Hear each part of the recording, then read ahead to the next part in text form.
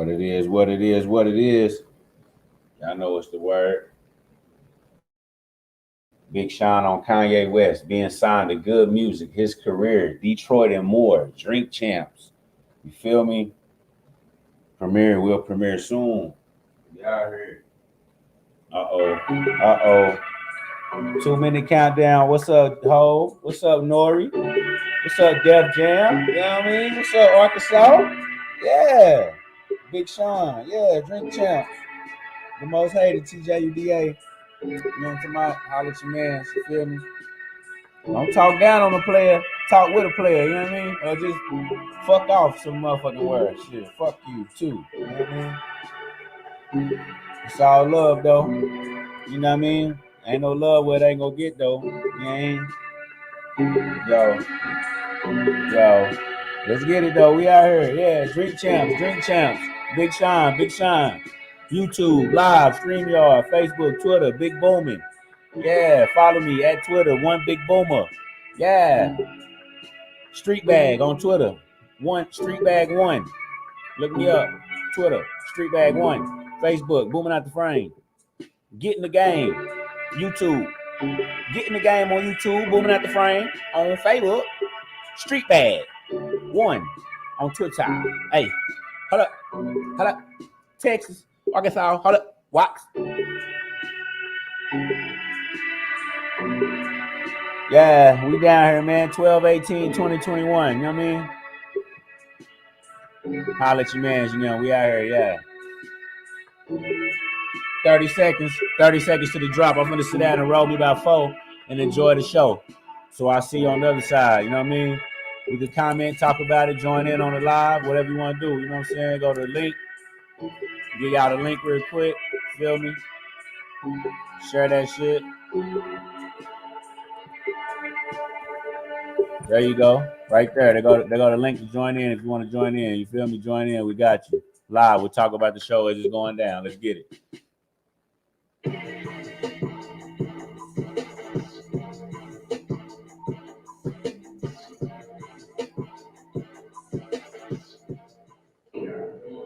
Okay, now I need promotions. I need to get legitimacy to the parties around town, the college, about the baby parties. It gave me legitimacy to be like, oh yeah.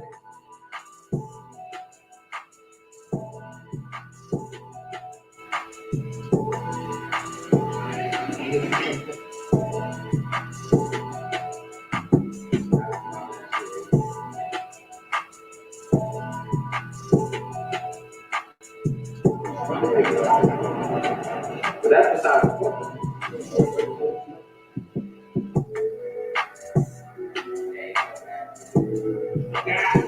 I think that he was like, out of everyone in the world, Big Sean candy.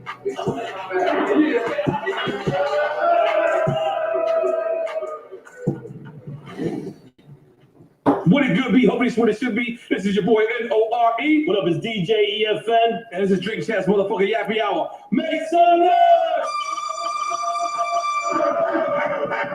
Now, right now, this brother that's here, we want to be very, very clear. This brother deserved to be here. This brother was invited. Whoever here, watching on the Booming Out the Frame Facebook, we appreciate it. Click the link. You can join in right now live. We talk about it while we watching it. What's the word? This is not a bottle or something like that. This man deserves his flowers. He deserves to be here. He's one of the most lyrical bar lords there is. When you look at the new, school of Mount Rushmore, you know what I mean? He belongs there. You know what I'm saying? Next to the Kendricks, the Coles, and the Drakes, and all the, his face belongs there. He's, like I said, a bar lord. He makes constant hit records.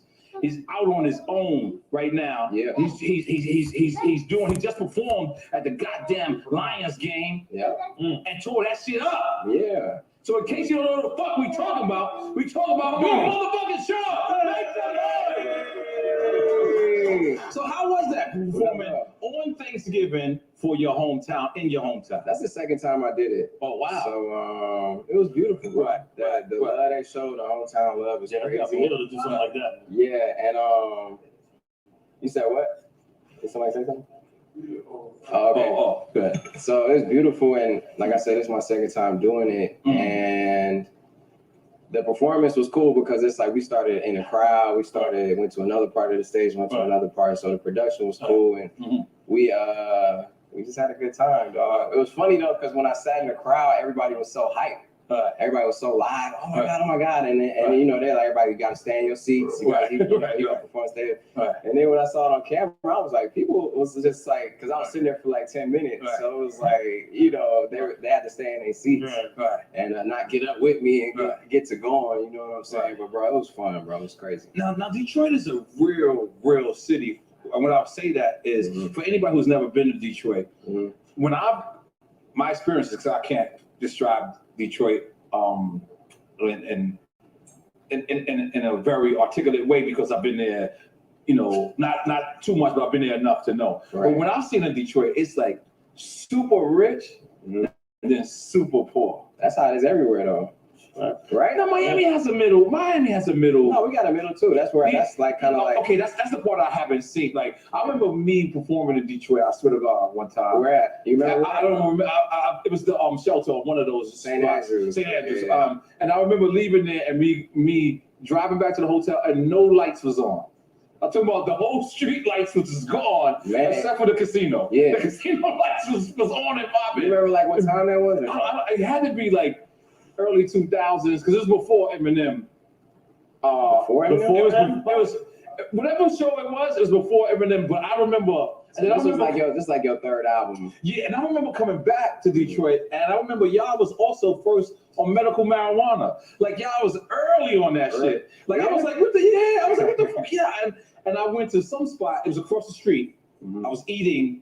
So I think it was St. Andrews. I was across the street, and there was like a black spot. Everyone in there had medical marijuana licenses. I was like, holy shit, early, yeah. So that's a classic venue, though. Yeah. So describe Detroit for a person that's never been there.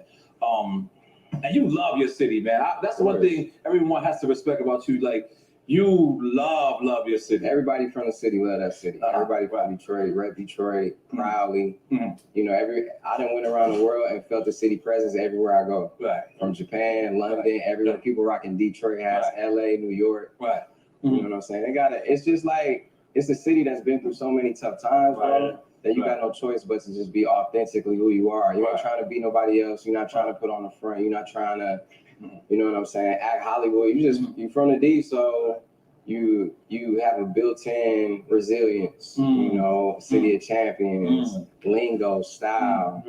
You know, they keep it fresh. Everything they do. You know what I mean, and just a historical, you know, city that's in our DNA. From you talking about. You know, this is Michael Jackson. You know what I'm saying? Jackson 5. You talking about Diana Ross. You talking about Stevie Wonder, Marvin Gaye, Aretha Franklin. You talking about Motown. You talking about Jay Dilla. You talking about Slum Village. You talking about Royce M. Huge impact on the. You know what I mean? Yeah. So it kind of got. It's a city that it just breathes. That's how you know you get a lot of money. I seen white people walking here with Fiji water. Speak some. He asked for water. He asked for water. He came with a case of goddamn Fiji. That's a sign of getting money. Make some more noise for that. Money getting money. You don't like Fiji? You don't like Fiji? I love Fiji. That's my favorite two waters. It's Fiji and Volta. Sounds like you got to deal with Fiji right now. No. You remember the first time we seen Fiji water? Y'all remember that? No. First time I seen it was Puff. Okay, no, I don't remember Really? that. Yeah, I can't remember what the fuck Was it he running was. the marathon? No. Okay. No, I was probably like He might have run. Okay, but let's stick with the D because it's a city, Midwest, correct? Of course. But it's a city. Oh damn! Hold on, bro. We talk about Detroit right now. We gonna get to that. And you can't forget about the bad boys. This is not about the axe. I was about to ask. Not the bad boys. I was about to ask the Malice in the Palace. Yeah. When Indiana against. How old was you at that time? Did you see that game live? No, I didn't see. I wasn't there live. Yeah, I saw it when it was happening. Okay. I'm saying you saw it live, not being in the. I can't remember how old I was during that time. The Malice in the Palace. That shit lived. It lived though. You know, like the thing that just happened with the Lakers and the Pistons. There was about to be another Malice in the Palace. You know what I'm saying? But that was in LA. That was in Detroit. Detroit. Oh, it could have got lit in the The D. thing about it was the blood. Right. You know what I'm You know what's funny? When LeBron first hit him and he walked over to him, I didn't see the blood. How come the blood came after they separated him?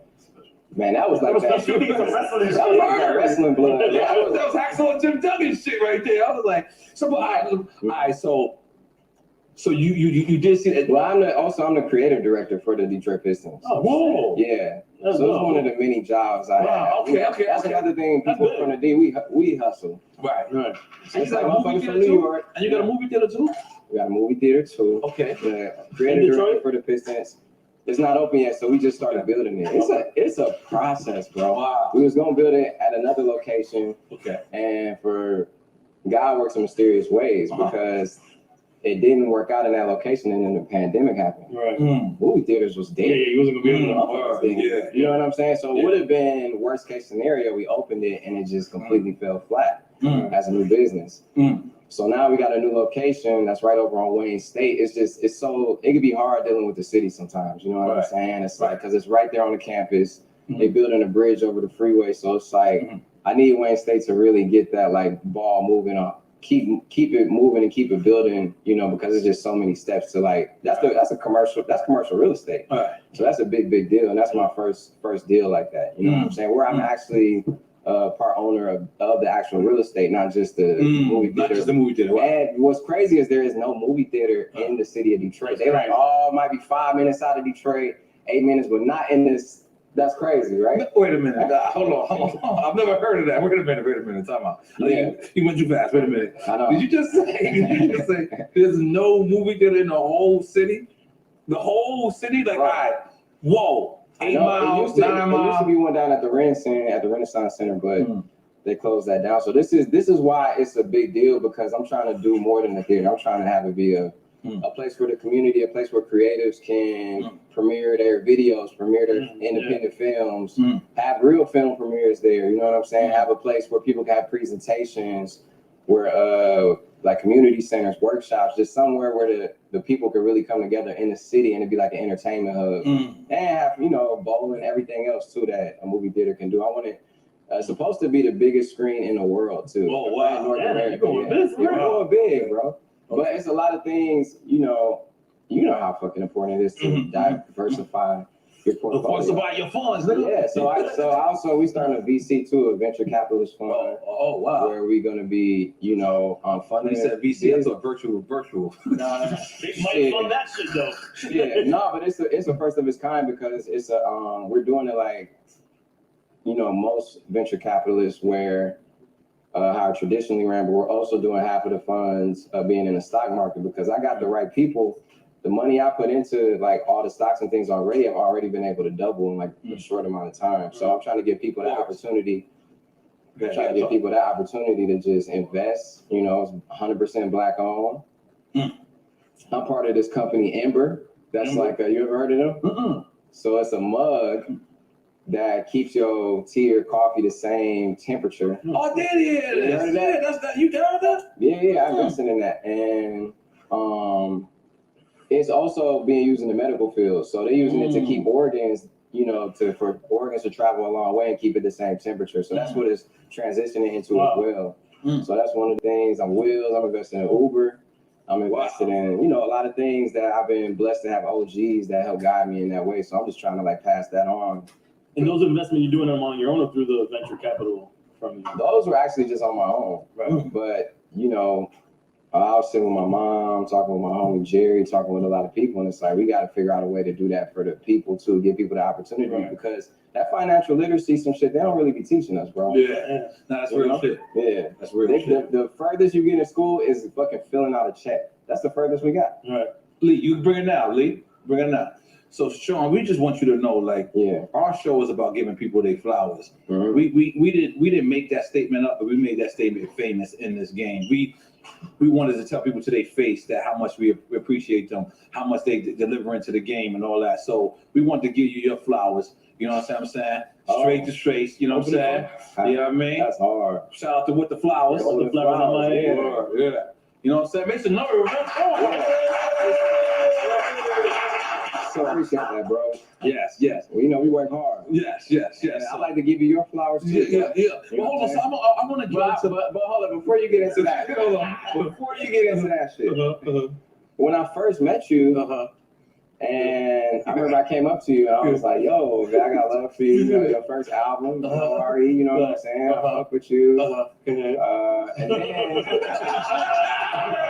so then I'm looking at Drink Champs, and you mentioned me, and I was like, what the fuck is he talking about? I didn't know. Okay, you know what? Early though, this early Drink Champs. No. Drink Champs, because I think when I met you, I think you was just starting it. Right. And I told you congratulations, but I was like, this shit is hard that you were able to transition. We're gonna get into all that. We're gonna get into all that. I want to get into all that. I promise. But I want to ask you. I'm gonna say a couple of words, and I want you to tell me which comes to mind when you hear these.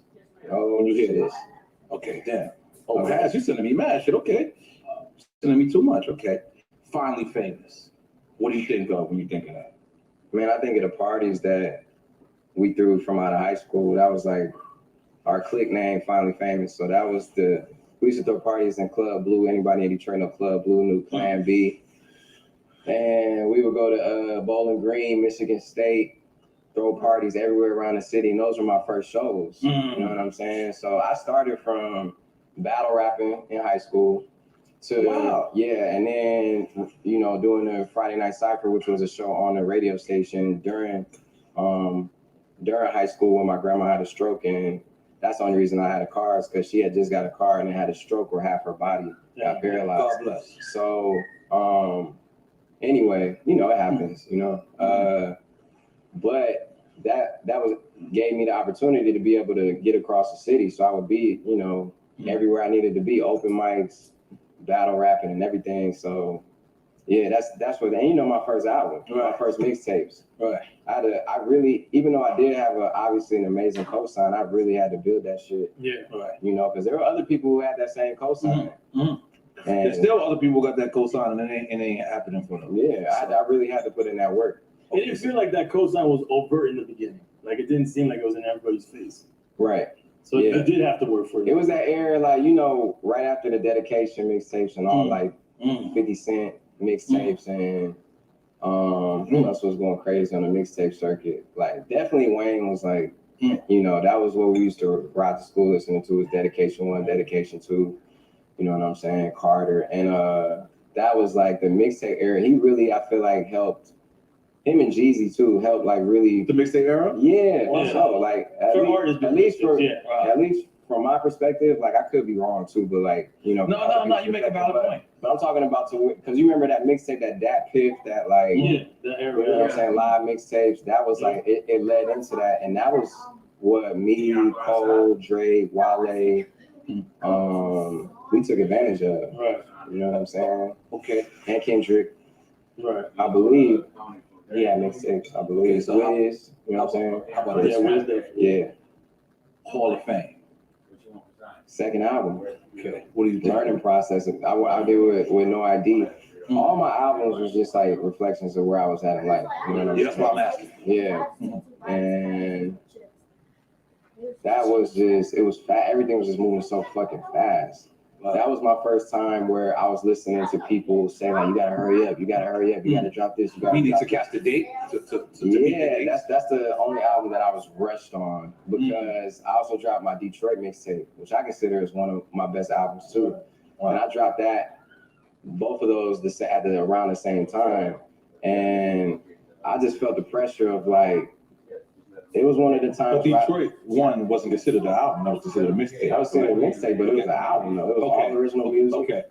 You know what I'm saying? And through Def Jam as well, right? Well. Cool. No. But I'm actually putting that on streaming services like in the next week or two. So, oh, really? Yeah, it was a long fucking process, like trying to clear everything. But so that was a time where I was trying to keep up with the pace of, like, okay, I had, you know, back to back platinum singles. My first album is going, you know, and then the mixtape, and then that was around the same time that Click dropped with me, Hov, and Ye, and all the good music, the Cruel Summer. You know what I'm saying? So then everybody's like, you gotta hurry up, and it's like, that is definitely was a learning process. It's like, okay, you got to be on your schedule. If shit not ready, it's not ready. Right. You know what I'm saying? Not to say it wasn't ready, but I definitely was rushing during that process, you know? Okay. How about Dark Sky Paradise? So Dark Sky Paradise is where I took my fucking time. Okay. Where you learned the lesson. Your face changed. You look so much. You're like, that's the learn. You look so much. You want some 42? You want some? Come on, man. Come on, man. We're a Deli On show. We're a Ciroc show, but for you, we're gonna let the 42 go. Come on, yeah. I support black business. Okay, yeah, please. I support black business. Yeah, please. Yeah, look, all this is black hip hop business right here. All this, you know. Ain't that beautiful? That's a beautiful thing. That's a beautiful goddamn. But yeah, so Dark Sky Paradise is where I like. Somebody gonna pour this shot. Yeah. Hell yeah. Come on. My nigga Zeno. Yes. That's your name, Zeno? That's fire. Yeah. That's fire. So that's just where I applied everything I learned, And you know. so I got a lot of stories with that. We can come back to it. So is this the time where you're sitting back and you're saying, you taking your career into your own hands? Or we still got, you know, these executives that's involved and things like that? Or how does this work? It was definitely, if you sign to any label, it's executives involved, but it's just about how much they involved. This is the first time where I was like really producing, knew exactly the type of music I wanted to make, and the features I wanted to have, I was just clear on it, you know, because that's where I was at in life. It was my first time where I was like, okay, I got some shit to prove again. You know, whenever I get in that position, it feels like that I always rise to the occasion, you know what I'm saying? And that was one of the first times, and I felt like that. You know, I did feel like that when I was making the Detroit mixtape too. And with Dark Sky Paradise, you know, it was just a divine thing how everything was unfolding, all the features was happening, like from Blessings, that came at the very last second. Way up, I feel blessed. Last second, you know what I'm saying? And From One Man Could Change the World, that was probably one of my favorite songs on that album because I wrote that about my grandma. And when I say man, I just mean like human being, you know, how they refer to man in the Bible as a human, you know, man, woman. But so, you know, she was one of the first female black captains in World War II. She was one of the first female police officers in Detroit. After that, she became a teacher, a counselor. She was completely bossed up, you know what I'm saying? And I dedicated that song to her. But my favorite song on that album is Paradise. That's like one of the ones on that one for me. Yeah. Okay. How about I Decided? That's might be one of my favorite. I'm trying to say if that's my favorite album I've done. I thought you was gonna say Finally Famous or Hall of Fame is your favorite album. They all got was right. special Okay, yeah, okay. No, but it's still my favorite though, you know, because You know what's it's crazy? parts of that as well. When I listen to Hall of Fame, I don't feel like this rushed at all. Yeah. But I'm saying I'm outside looking at them artists. So like when people, there's fans that come up to me, they love Melvin Flint, and I'll be like, yo, man, I just hated where I was at in life when I made that album, so I could never appreciate it like how they appreciate it.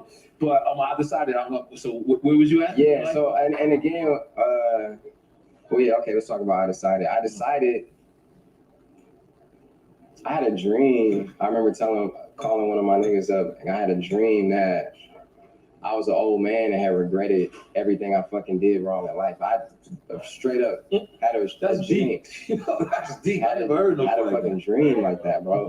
Wait, hold on. So you had a dream that you were an old man, like He was already old. and in all actuality, if I had you a make dream. it to be an old man, that's a success. It's a blessing. Yeah. So how could you saying that? Because I When he couldn't, said he lived his life, he regretted it. because I couldn't remember anything that happened. I was old and couldn't remember Oh, anything. that's what it is. Yeah, You right. regretted what you had lived. Yeah, so I was like, what the fuck? I can't remember anything I did. Wow. So I just remember feeling that way for like a few days. And I told my boy, and he was like, that's a fire concept for like a short film or something. Wow. My homie's a director. Wow.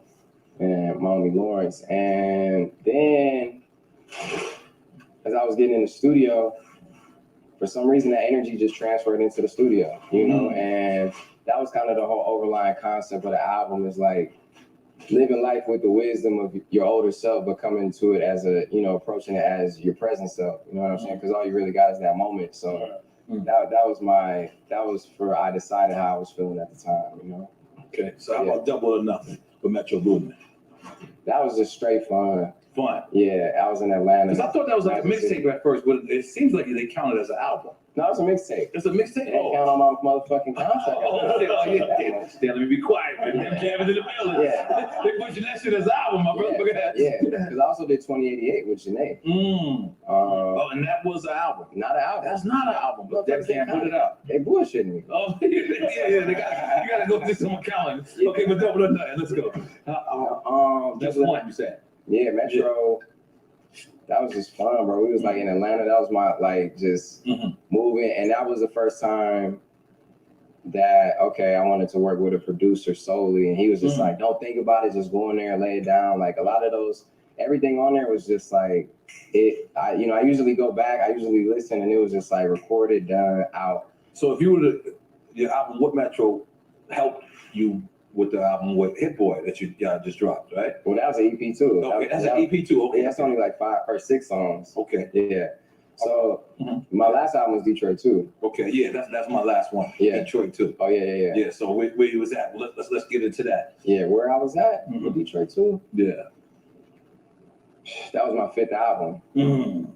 So let me ask you a question. You know how it is making albums. Yes, I do. So like, it's a difference when you get to your first album, when you get to your second album, when you get to your third album, and you do a project on the side after your third album, and then you come to your 4th album, and then you go to another project that you do that's not an album, and then you come back. So it's like I was overwhelmed. Not overwhelmed. Writer's block. More like life block. Right. Uninspired. More like fucking tired. Right. That's real. Right. You know what I'm saying? That's real. You get tired. It's like that's real. And I just moved into this like crazy crib in Beverly Hills. God bless you, man. God bless you. Well, I sold the crib now. You sold the crib now? Yeah, I sold it now. Didn't you live next to college or something like that? Did you live next to college at one point? Yeah, he sold his too. Okay, he sold his too. Goddamn, let's make some noise, y'all. That's what we supposed to do. Yeah. As a black man in America, you're supposed to buy land and either keep it and keep it in your family, or get a good deal and sell that motherfucker. You know, and keep that in your family too. But you're staying in LA. You're not moving out of LA, right? I stay in Detroit and LA. Oh, okay. Got it. Okay. Yeah. I had the Detroit crib first. Okay. First and foremost, that's why I bought my mom, my grandma, right before she died.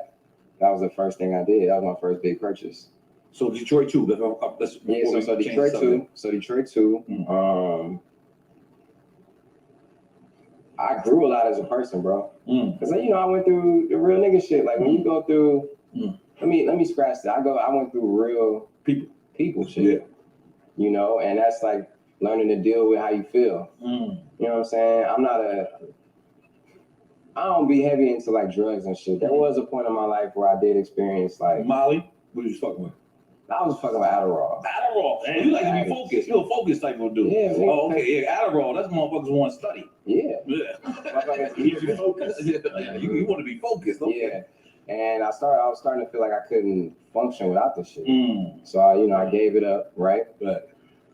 And had to get back on my just relying on myself. And I come from a parent. I have 2 parents, my mom and my dad, but mainly my mom, who taught me a lot of things. She taught me how to manifest my life. She taught me early on how to meditate. She taught me early on that God is our creator and God is within you and you have the powers of God to create and manifest the things that you want in life. She taught me that early on. She gave me books. Asking It Is Given by Esther and Jerry Hicks, The 7 Spiritual Laws of Success by Deepak Chopra. What You Think of Me Is None of My Business. All these different books that I read because the first time I ended up feeling like the first time I ever got depressed was when I graduated high school. Graduated high school with a 3.7 GPA, was finna head to college with everybody else, but that was around the time I met Ye. Right? So I met Ye But you was depressed? Let me tell you. Okay. So I have the classic rap story where I rap for Ye. Right. He hears me, he sees the potential in me, and ends up signing me a couple years later. You know what I'm saying? But within that couple years, when I graduated high school, I had a full scholarship to college, you know what I'm saying? And I turned down because going off of the word. And not athletes like scholarship. No, academic. Yeah, wow, that's fire. Yeah. You smart. Let's make some noise with you. Paul is smart like that too. If you're not. Yeah, come on, goddamn. Salute. Mark. You gotta be high. That's right, goddamn. Come on. Yeah, so let me tell you. So hold on. So let me tell you. So, but hold on. I just want you to let you know I'm gonna start bragging about you. Because I'm off top. I'm like, I know a nigga that got an academic scholarship. I'm just throwing that out there. Like I just like, yeah. That's gonna be the second. Like, who? I'm like, Andy, a rapper. Yeah. I'm gonna start bragging about you. I'm sorry, man. I hope you give me permission. But continue. Yeah. Detroit too. Let's listen. That's what it is. So, but you know, height. Everything is just a technique. Right. I had a good technique. Of what happened to do my schoolwork because that mean I could go do the rap shit. I mean, if I was fucking up in school, I couldn't go to the studio. Right. I couldn't go do the Friday Night Cypher. Right. And that's how much I love that's how much I love just making music, being able to go out and do all that. You know what I'm saying? It gave me life, and I treated it like it was a job before it was a job. Right. You know what I'm saying? So, graduated high school, every day riding to high school, bro. I'm riding with my boy Tone. I'm telling him like, man, when we sell out the Palace, like I already seen it in my head. You going like this, riding? So what you was driving? Oh, so I told you my grandma had a stroke and I ended up driving her car. So she had just brought a brand new Chrysler Sebring. Okay. So that was the first car I had. I got into a crazy fucking car accident. Okay. I was skipping school. Okay. Ironically, right, with the GPA, right? With a high GPA. Skipping school. Was with my girl at the time. Skipping school in the snow. Got into a crazy car accident. Got caught up in my lie because I'm telling my mom I'm somewhere else. Yeah. I'm on a whole other side of town. Wow. I get into a fucking crazy accident. The whole car is totaled. Somehow I climb out the window and nothing wrong with me, just a bruised pinky. You feel what I'm saying? And then I ended up getting a brand new Impala. The insurance money came in, and my grandma was like, well, "What car do you want?" So she added a couple G's on it. You know what I'm saying? I ended up getting a brand new Impala, man. You know what's crazy? An Impala and everywhere else in the world is fly but New York City. Straight up. It's crazy. Because they cop cars in New York City. So everywhere. Here too. Yeah, but y'all dunk it out and shit. Y'all make it out. But in Detroit, that was the slider. Those was like the slider cars. You know what I'm saying? Like the Marauders, the Impalas. Right. So you got the Impala. Let's take it from there. Yeah. So that's my grandma who hooked it up too. Yeah, grandma's a gangster. She was the realest nigga. Every nigga I've ever met. Right. She's a gangster. To y'all. She's a gangster. I fuck with grandma. Until you a captain in World War II. No, that's ill, man.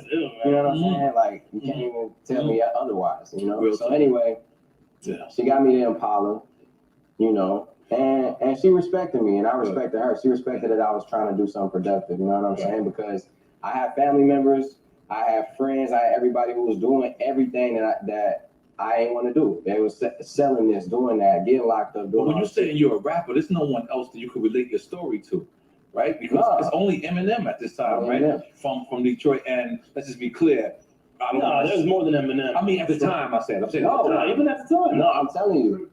I mean, there's local rappers, you know what I'm saying? Right. It was a lot of people doing their thing from the city that I respect and honor, but not on the level. Eminem was the only one to be a global on that superstar level. From Detroit. Right, but that's what Royce was around, Proof had been doing his thing too. Like, I mean, all in a sense relatable to them, but they had their own lanes too. Yeah. So, anyway, let's take it back. I had the Impala. You know what I'm saying? That's the car I had in high school, and forgot what the fuck we was talking about now. Detroit too. He's trying to rap about Detroit too. Anyway, let me tell you. So I graduated high school, throw away the scholarships, concentrate on the music, and the shit not going nowhere. Kanye and Don C and everybody, you know what I'm saying? They moving, they doing their own thing because he an artist. They trap, they touring, they not getting back to me. Right.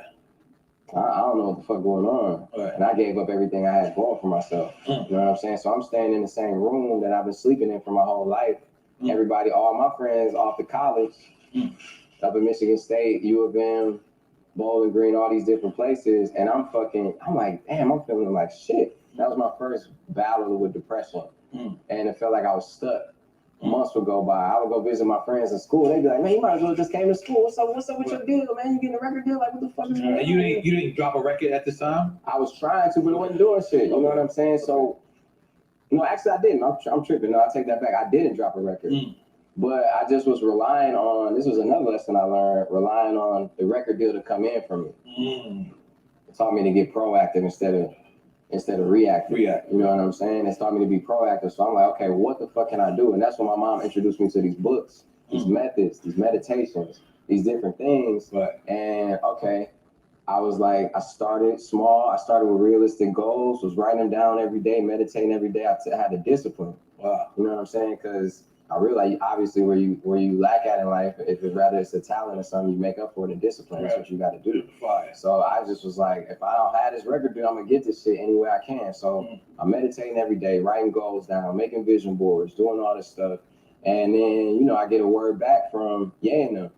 They end up sending me some beats, and I already had new songs because I was productive in the studio. I wasn't putting them out because I didn't really know how to put them out. You know what I'm saying? At that time, I was selling CDs around high school. So it's like I didn't really know like how the fuck to even upload anything to the internet like that. You know what I mean? So yeah, I got a circuit around the city, but that's it. And it kind of stopped there. So then I'm sending, Don C, Kanye, everybody these songs. They getting back to me, and as time goes on, I just saw the record deal coming through, bro. The record deal got sent in, and I remember I got it. I immediately got a lawyer, a new lawyer, and it was one of the happiest days of my life. I signed it, but that's when I knew the real work started. I didn't get lazy. That's when I started even getting more. I'm like, okay, I need a team now. It's like, okay, now I need a team for promotions. It gave legitimacy to, because we was already throwing the parties around town at the colleges, the Finally Famous parties. It gave me legitimacy to be like, all y'all niggas need to focus on me right now, because I'm trying to take it to a place where we can all, you know what I'm saying, do this shit. And they understood, you know what I'm saying? And there are times when I fell back and we focused on another person in the group for a different, if it was an event we was doing for somebody, like, and that's one of the things I learned is when to fall back, when to be at the front of something, when to be a team player, and when to be a leader. You know what I mean? And that was the first time I was like, okay, I see I need to be the leader now. So anyway, I got a record deal and put the songs together and started putting out mixtapes and just building my fan base organically. So that's because what I'm saying that we're here, is that how you started with Detroit too? Is that reminded you that? Okay. Okay, so let me take you back. No, I was saying that was just my first time going through a tough time, right? Where I had to deal with, feeling, depression, having to really concentrate on my mental health. So go back to Detroit too. I'm in a place where it's like, okay, all the shit I ever wanted to do, fast forward to that. I got, I always wanted a platinum album. I had a couple platinum albums at this time. I always wanted to have a song on the radio. I had a lot of songs on the radio. I always wanted to buy my mom a crib, So you're saying? So I did all these things, and then I was completed your goal. I still completed my goals. Yeah. So, and I was another bucket list. And when my grandma died, I'm the backbone of my family. Right? So why was I feeling fucked up? Why did I feel the way I was feeling? I wasn't happy. Why the fuck I wasn't happy? I didn't know. It didn't make no sense to me. So I had to reevaluate myself and step away from everything I was doing and get to know myself again. And that was a challenge for me, because everything I was doing was linked to my career, linked to what I was doing, linked to the people I was with, whether it was a relationship, whether it was just my friends, whether it was I didn't even know what the fuck I liked anymore like that. You know what I mean? I got to that point because all my free time went to work. I didn't know what my hobbies was. I didn't know what I like to do. You know what I'm saying? I had to try shit. I went skydiving. Not to cut you off, but what's crazy? One time I was speaking to LL, right? And I'm like, yo, L, why the fuck you so balanced? LL would tell me, he said, because in between albums, they always told me I failed.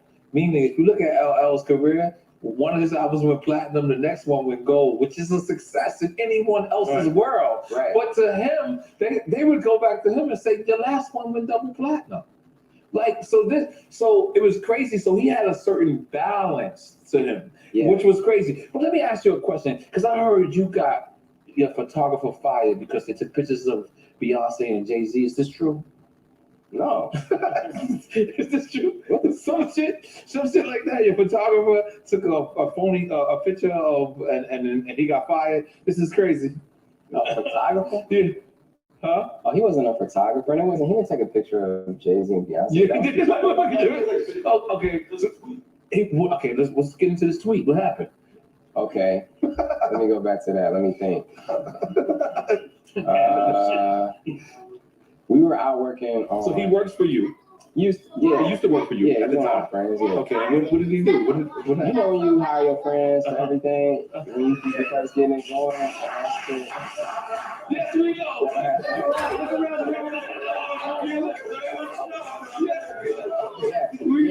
Well, at least we got it under control now. But you have to figure out the friends that are actually good at the job. Right, exactly. Some of them be like, what the fuck are you doing? Right. What's this opportunity? So, anyway, I don't want to tell this story and play them on blast, man. Oh, the story. Here's the thing. I know it's a funny story, but it's like, he's a real person, man. I don't want him saying this. No, you can tell it with that's a real shit. But so I won't say his name. That's a great thing. That's a great thing. This ain't no media training. This is a real. So anyway, we down there working on my beautiful dark twisted fantasy in Hawaii. It's is it Maui? Do you remember what part of Hawaii? Yeah, it was Oahu. The main island. Okay, cool. I love Hawaii. I love Hawaii. I've been to every damn island. Yes, I've been. Yeah. So anyway, we work in there. It's a special studio. Mm-hmm. I'm out there just playing my role, but I brought my mans with me, just in case I needed anything. Right. He was gonna help hold me down. Right. If it's like, bro, you in the studio working, I grab you some food.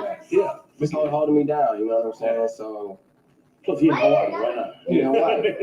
And it's good to just have a support system. It's good to have one of your homies there when you're trying to, you're trying to contribute. Absolutely. So anyway, I'm in the studio. It was me, Ye, and Ho, and I'm not a nigga who, even then, I wasn't like trying to be thirsty or like sneak a fucking picture. I'm in here just taking it in mentally. You know what I'm saying? But it's you, Ye, and Ho. Come on, like who's not gonna be a little starstruck? That. Yeah. Continue. No, I was. I'm not talking about you. I'm talking about your homie. Is that business leading to? Yeah. So anyway, he ends up taking a picture of all of us in the studio.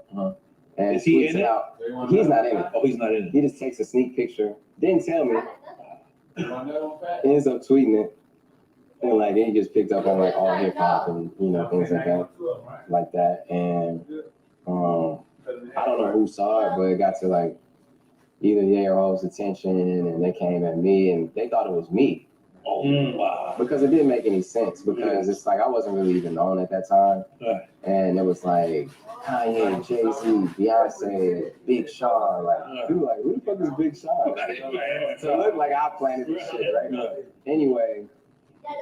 Communication can save the nation because we really talked about it. Like that. I told him, I was like, I don't even know what the fuck you talking about. But now who's calling you and saying this? I'm in the studio with Ye. Okay. I'm like, bro, he was like, I explained to him who it was, and he was like, you gotta fucking fire him. Mm-hmm. He was like, we all done this. Mm-hmm. We've hired the people, that we love and this and this shit, but people was mad at you. People was mad. You talking about me? You talking to me? People was mad at you, thinking that you was being thirsty. Right. And it was your man's. Right. So I told him, I'm in a position where it's shit. Ye and Ho saying you gotta go. I'm sorry, bro. We gotta figure out something else. You know what I'm saying? But it ended up being a blessing in disguise. He ended up transforming his life and being probably way more successful than he would have been just in the position he was in. Nah, dope. Yeah, he ended up being a teacher, ended up impacting a lot of people's lives and doing amazing, wonderful things. You know what I'm saying? Yeah. Dope shit. Dope shit. Before we get into quick time with Slime, right? That's a game that we play. Okay, wait. Okay. I don't know how the fuck we're gonna edit this shit, but we're gonna go back to Detroit too. Okay, yes. All right, no problem. We don't really edit. We just kind of let you do whatever the fuck. Free for all. I think you should take another shot. We're gonna turn up. Take another shot. Let's salute. My nigga Zeno, right? Yeah, my nigga Zeno. Let's go. Tell him I met him the last time. I'm sorry. Yeah. So I met him last time. Yeah. Still got great energy. Mm-hmm. Everybody around me do. I'm an energy, how that shit called? Like, I can, I'm an energy whisperer. Like, I can just feel like this guy got good energy. But let's go anyway, Detroit too. So I'm just trying to figure out what's next creatively because I don't want to make the same music I made before. I don't want to do the same shit. I'm trying to change it up. And I had grown as a person. Like I said, around Detroit too, that was a time where I was going through a low point. Mentally, I had to rediscover myself, right? So the music kind of reflects a lot of that. You know what I'm saying? Even the song with Nick with Deep Reverence. Yeah, damn, I got that in my notes. You know what I'm saying? That was something we started before he left us. You know what I mean? And it was something I had to finish after he was gone. And that was that was kind of like it was something that I was kind of like not really trying to do, honestly. Hit Boy was the one who was like, nah, bro, you gotta finish this for bro. Right. Because I didn't want to look like I was trying to take advantage of nothing. But he was like, no, you paying respect. Like, bro, fucked with you. You know what I'm saying? And when I talked to Sam about it, his brother, when I talked to everybody about it, it was like, talking about Black Sam, and everybody there was like, no, like this hard. You know what I'm saying? Finished it off. I did. And because on that record, you actually say something like Nick passed away or something like that, right? Yeah. But you had Nick's verse on there. Mm-hmm. Go ahead. Yeah. So, I mean, that was that, and that was a song where I was reflecting a lot on just like a lot of shit we be going through. When you listen to that, and songs like "Lucky Me," songs like the whole album. It's something I'm really proud of. Right. That's something I put my heart into it. Songs like "Guard Your Heart," all that type of shit, man. It was just like a beautiful, beautiful album for me front to back. I'm super proud of, and that was my back-to-back number one album. That was my third number one. God damn, make some noise for that. Yeah. So that was the same week Tekashi dropped, and everybody was like, "Oh, Tekashi's about to," and then we ended up doubling that. We ended up doubling what he sold. So that, but at first, good. The projections was not like that. Right. Because you love this city so much, I just want you to say one thing about this one person that we bring up. We're going to do the time with Slime, and then we're going to get into the real shit, okay? Mm-hmm. All right. I'm going to start with you. What about it? Big Sean. Yeah. Say one or two things about yourself. Just real fast. You got to hold it authentic. Okay. Chose a different path than everybody else from my city. And unapologetically was myself no matter what. Eminem. God MC. What? God MC. God MC. Okay, I'll accept that. Sada Baby. Wild as a motherfucker. Wild as a motherfucker? Wild as a talented as a motherfucker. I'll take that. Yeah. Proof. Legendary. I feel like he helped inspire M a lot. Yeah. You know what I'm saying? I feel like he was the one who really brought D12 together as well. I feel like he was the backbone of that. You know what I mean? I feel like he was cold lyrically. You listen to them Proof verses, he cold. Yeah. That was the whole trick. The Protector. Love that. The Protector. Remind me to give you my trick stuff. Yeah. Danny Brown. The trick, man. That's the homie. He don't play. Yeah, that's the homie. No, he don't play. That's all we gonna say. Yeah, that's the homie. That's the homie. Yeah. That's the homie, yeah. Danny Brown. So animated and authentic. Yeah, I like that. Where's the 5'9"? Rap God. Just like Eminem. I love that. Dave Low. Originator. Style. She got that. She a player, you know what I'm saying? Yeah. And just a trendsetter. Yeah. Big Hurt. You said who? Big Hurt. Oh, Big Hurt. Yeah. Okay. OG, somebody who really like took that, like he took the city up. Like some of his shit was just like our background music, our anthems. You know what I'm saying? We were out to school too for sure. Obi Trice. Respect to Obi Trice. He got a crazy story. You know what I'm saying? You know that? No, I don't really know. You know he got shot in the head and everything? Oh, no. I heard about that. But Obi Trice is more than welcome to be on Drink Champs. Yeah, for sure. Obi Trice. So what you 2 words you said about Obi Trice? Fuck, I forgot what I said, but I think he got a crazy story. And I said that he's animated. It is. And just, he did his thing. Yeah, he did. Yeah, he represented the D2, everything he was doing. Obi Trice, you more than welcome to come over here. Yeah. Blade, Icewood. Yeah, The blueprint. But yeah, you can't mention Blade without Streetboy Juan,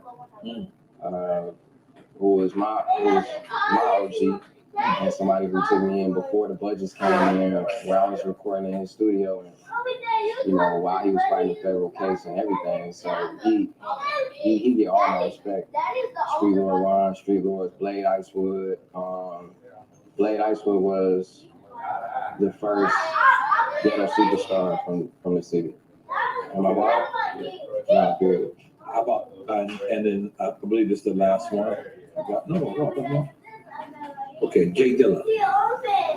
Jay Dilla, he is like the architect. Jay Dilla? Yep. Jay Dilla. More than I said. I mean, where would we would have who all the producers? I feel like everyone got something from Jay Dilla. Timberland, Kanye, Pharrell. He definitely inspired the whole movement, the whole sound, a lot. Yeah, just the chops, the unrealistic chops. Soul chops. People don't even know that it's inspired by Jay Dilla. That's how much he inspired. He's a GOAT. Okay. King Gordy. I'm in my bag right now. Yeah, so my man's used to work. I'm about energy. I told you I'm about energy. My man's used to work for King Gordy.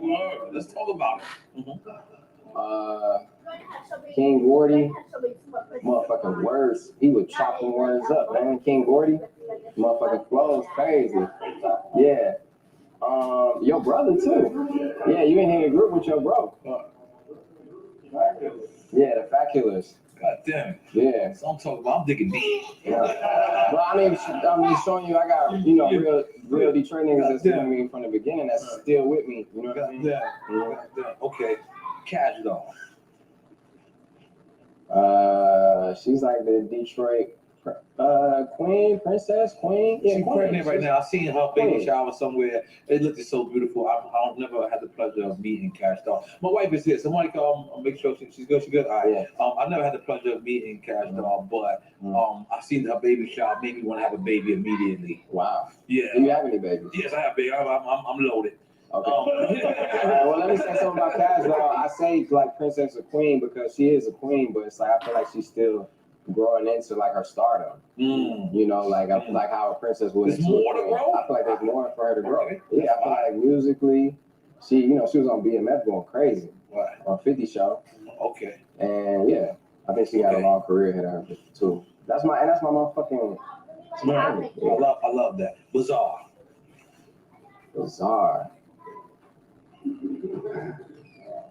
What? Just say words, man? A couple words? Whatever. I thought you were gonna say bizarre. Nigga, like if he's gonna keep it moving. Bizarre. Very quotable. His verses on D12 are like very like if you ever been to a D12 show, you know what I'm saying? I saw it one time and it was like I was rapping a lot of bizarre lyrics. You know what I mean? Funny as a motherfucker. He's a little dude. Funny as a motherfucker. He got rest in peace, Bismarck. That's like Bismarck, long lost cousin in the subway. You know I'm a big Bismarck fan. Yeah. 42 Dub. It's not 42, it's 4-2. That's what I meant. Yeah. That's important though. Make sure you don't edit that out. People call him 42 Doug, and that's not his. That's not what it is. 4-2. It's 4-2 Doug. It's not like 1942. We was just on at the fucking Pistons game, and he dropped fries, right? Well, Cade, #1 draft pick, ran into him. That's what he said. I turned my head real quick. He might have ran into him. I don't know. He was like, "Man, Cade did this." Like, what? Okay, whatever. So anyway, he dropped the fries on the wood. I knew. You know when you see something that's about to happen and it don't happen? It's like if a motherfucker came sitting down with the cup filled up to here, and moving around, you like, you gonna spill this shit. Spill it. Yeah, so I knew that was gonna happen, but yeah, you know, he doing it, you know, he going crazy. I got love for Doug. He authentic. He original. I ain't never heard nobody rap like him. Okay. Have you? No. Yeah. I don't know how to pronounce this. Isham? Huh? Isham? It's before your time. Outside. I'm moving on. But okay, go ahead. Wait, how many more you got, bro? I'm gonna skip through some of them. All right, looking at that list. Yeah, I got more. That's way too much. Okay, Baldy James. Let's go with Baldy James. Baldy James. Okay, yes. Yes, Baldy James. Yeah. Man, you gotta say these names right, man. You gotta I'm dyslexic. You gotta Everyone knows. No. Everyone knows I'm dyslexic. Motherfucking lyrical assassin. Yeah, and he's now Griselda, right? He's with Griselda. Yes. Yeah, he was on. I put everybody, not everybody, but I put a lot of people from the city on one song. On Detroit 2, the Friday Night Cypher, because that was the show I went to every week. So I was just bringing that aesthetic back, you know, for the album. But yeah, he was on there going crazy. But yeah, like you said, he you know, he be doing shit with Alchemist when they link up. That shit leaking. You know what I'm saying? Yeah. Shout out to him. Shout out Icework Vezo. I don't know if he on your list. I got a whole bunch of shit. But I'm gonna come on. No. Shout out Icework. No. Let me tell you something. Shout out Icework Vezo, because me and Icework Vezo been through a lot. And he done did his time and everything, and he was mad at me, honestly, because, you know, personally, because he wasn't on that Cypher song, but the Cypher song wasn't intended. Oh, the Cypher song we put everyone from Detroit on there. It wasn't, but that's not what the point was. I wasn't trying to put everyone in from Detroit on there. I felt it was just a Cypher song where I was putting people from the city on there, but not everybody, and that's what I was trying to explain to him. But not only is he a real street nigga, he's a real man, and he understood, and we hashed it out. Like, it wasn't even nothing to hash out, but we talked about it and communicated like grown men supposed to do. And he doing his motherfucking thing right now. So I got love for Icework Vezo, Iced Up Records, you know, Peasy. You can't talk about Detroit, I talk about Peasy. You can't talk about Babyface Ray. These got Babyface Ray. Chip. You trying to do my interview right now? Okay. How about Black Milk?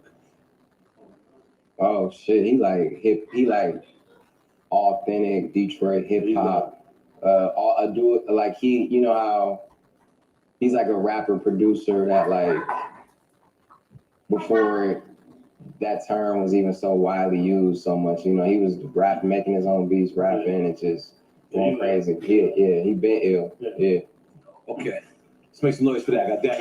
Yeah. Now, this is where the show turns up. This is where we play Quick Time with Slime. We give you a choice. That wasn't Quick Time with Slime? No, this is. No, let me just tell you something. I'm gonna be honest. You know, I do research when I do these interviews, and one thing for sure, two things for certain. The biggest trait that I love about you is you love your city. So that's the reason why. You love your city, right? I love my city, but I'm just not gonna lie. Yeah, I love my city, man. Yeah, but here's the thing: a lot of people who we see love their city, right? They die. They get taken out of their city, right? Yeah. I saw your clip with Dog. Yes. I saw your interview with Dog. Yes. Thank you. And what I want to ask you is, when what year did Pun die? Okay, kind of. Obviously, you remember the time, but maybe it might be hard to pinpoint the year. But that's not important. What I want to ask you, the question is, I went to high school with Dolph's wife. Wow. It was just one of my homies. You know, we had a couple classes. We grew up in the same neighborhood from Detroit. Authentic, you know. I didn't know her after high school, but in high school, she was solid. You know what I'm saying? And when Dolph died,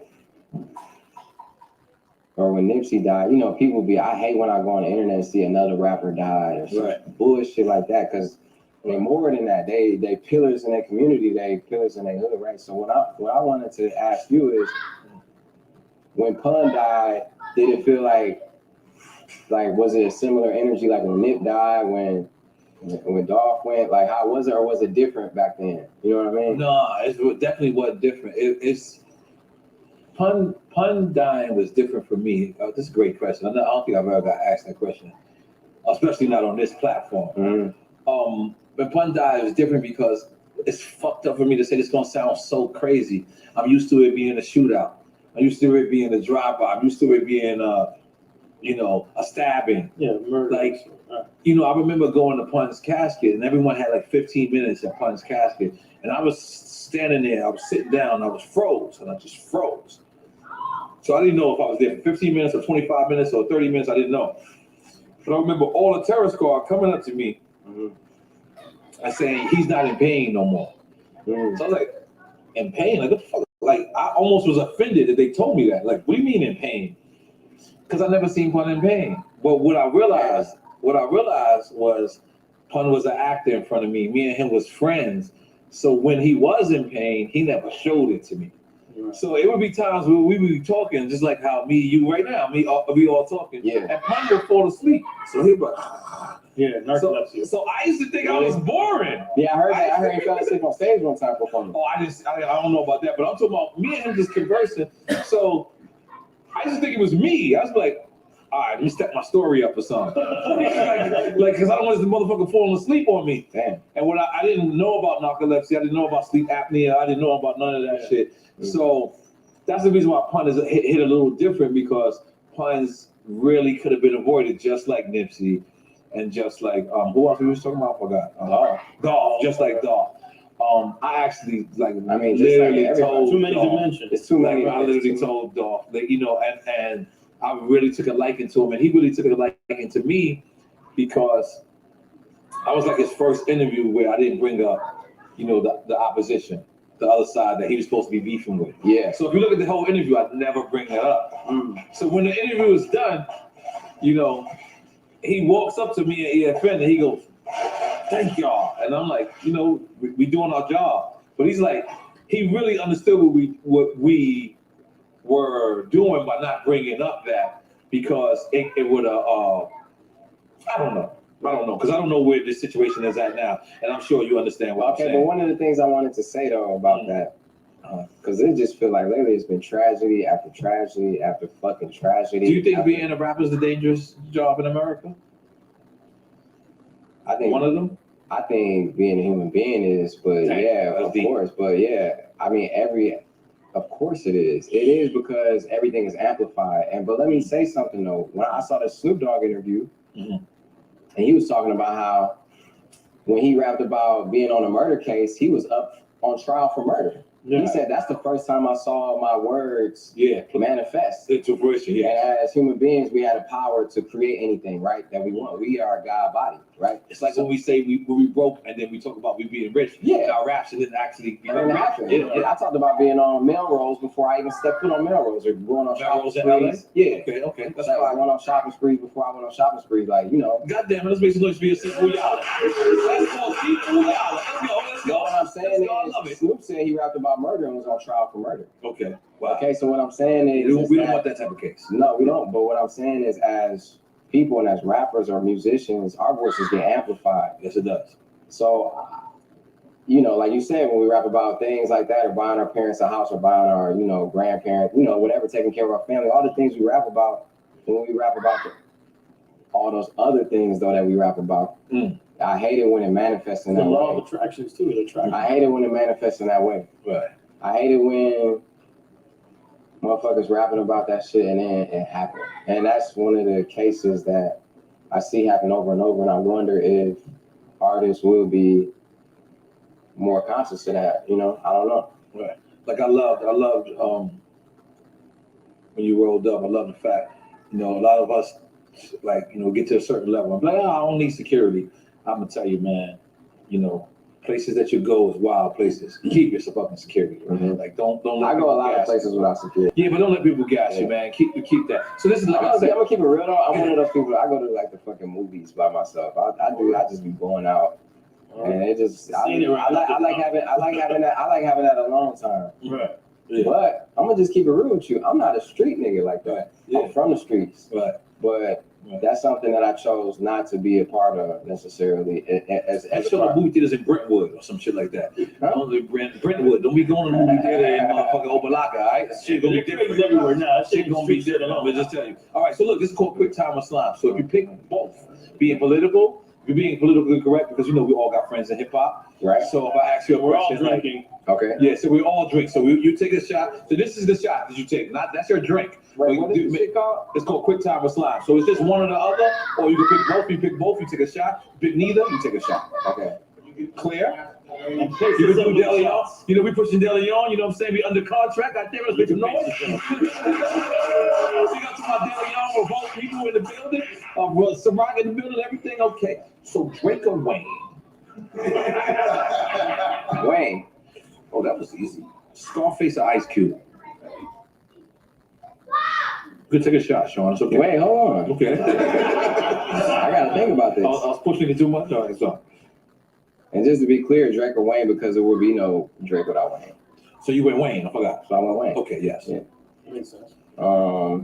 Cube or Scarface?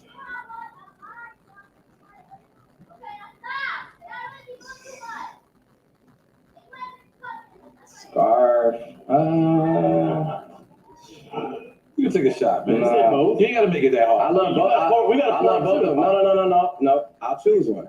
You choose? I'll choose one. I'll choose Cube. Okay. Yeah, cause Cube, by the way, is my man. Scarface, I don't know him as personally as I know Cube. But when he came to the D, you know, we rolled around a lot, showed a lot of, gave me a lot of game. And on top of that, just like a lot of his songs was definitely, you know, some of the, like, definitely was in the soundtrack of my life for sure. Good ass day, you know what I'm saying? A lot of them songs. Today was a good day. Yeah. All right.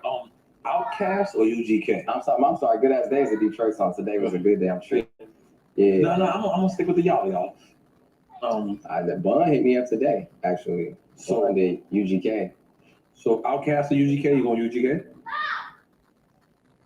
Like on what aspect? See, that's a shot. That's a shot. That's a shot? Yeah, that's a shot. Okay, yeah. You can take whatever you want. Well, hold up, I was just with Big Boy too, so. Yeah, I mean that sounds like a shot to me. You gotta be politically correct. But when you say that, what the fuck are you talking about? Criteria for you. There's no specific criteria. Yeah, so that sounds like a shot to me. Okay. It's a straight shot. Yeah, give him some 42. Give him some 42. Dirty on it. What's this? Mama Juana. Oh, that's Mama Juana. Trust me. What is it? Dominican Mama Juana. Homemade. Is it? So what is it? We take the roots, we put it in the bottle. See, he's Dominican. He'll explain. Let's try some. Okay, I'm about to take stay away from it. It's okay. All right. The show is starting, baby. The show started. Let's go. Turn it up. All right. Salud. Cheers. Mama Juana for the win. All right. That's good. That's good. Love the UGK. I want you. Now I'm gonna give you a criteria to this one. Okay. By the way, I'm tired as a motherfucker, y'all. That's cool. You know, I'm drinking with you. I'm gonna go there, but let's go. Just not been We're working. gonna turn you up. Don't worry about it. Yeah, okay. Don't worry about it. This one, I'm gonna give you a criteria. This is just producer only. Okay. No emotions to this one. Kanye or Pharrell? No emotions, you said to this. I got my shot. Right? Just producers. Just producers. I'm gonna go with. That's. I'm gonna go with Pharrell for producers. This is a little personal. I like it. No, it's not. I'll tell you why. We know what criteria you're going with. I'll tell you why. Because the fact that Pharrell's been popping and had not only just number ones and all the chart shit, I'm talking about has had impact on 3 different decades. As a producer, so to me, that's some of the most impressive shit anybody could do. And, you know, and in his latest years, to have a number 1 record of his own that he produced and Happy? Bro, and Happy. Yeah, I'm talking about Happy. And then at the same time doing Daft Punk shit, and at the same time doing other things, I think that is just, that's incredible. And I mean, damn near discovered that nigga. You know what I'm saying? What about you, Kanye or Pharrell? No, I'm going Pharrell. Come on, Okay. That's different. Like, I've actually never worked with Kanye as a producer. Right. But Pharrell is, you know, he shaped and molded my career. He came to me with a tight ass coat on and a tight ass shirt and said, "If you listen to me, you're going number 1." It was a shirt and a coat. Both of them was tight. Yeah. I ain't say, "Listen to me going," and I I just said, you know, you can look at somebody and be like, I believe you. Yeah. And I just believed him. He was nobody at the time, I swear to God, but I believed him. But obviously, you know, that don't take away the impact Kanye had as a producer too. No. But because we're gonna go back to that. Okay, Pusha T or 2 Chainz? Your criteria, whatever you want. 2 Chainz. Well, hold up, cuz. Hold up. You went fast. What is the criteria? The fuck is none. It's whatever you want. If they called you yesterday, that's your criteria right there. Whoever texted you recently. 2 Chainz. Like, I didn't push it. I don't know what the fuck going on. Oh shit, that's good music shit, all right. I know, but I know he lost his mom, so I'm sending him. Oh yeah, God bless. I totally forgot about that part. He a killer on them beats. Yes. Pusha T for sure, yeah. Okay. Ariana Grande or Janelle Aiko? Sorry. It's in the criteria. Janae? Yeah, you know what I mean. I'm dyslexic. We established that. We established that already. Yeah. Your criteria. Not only did I correct you, yeah. Yeah. Janae is the only person who I've ever been in like 4 relationships at once with. She's been a friend, she's been a group member, she's been a romantic partner, and she's been a peer. So that's the only person that I've had so many connections with at once. So that's why. So you going well? I mean, yeah. Okay. It's all respect and love, you know. DMX or Tupac? Feel like this is a shot. No, it's not. Okay. I forgot you got a GPS up there. DMX had. I mean,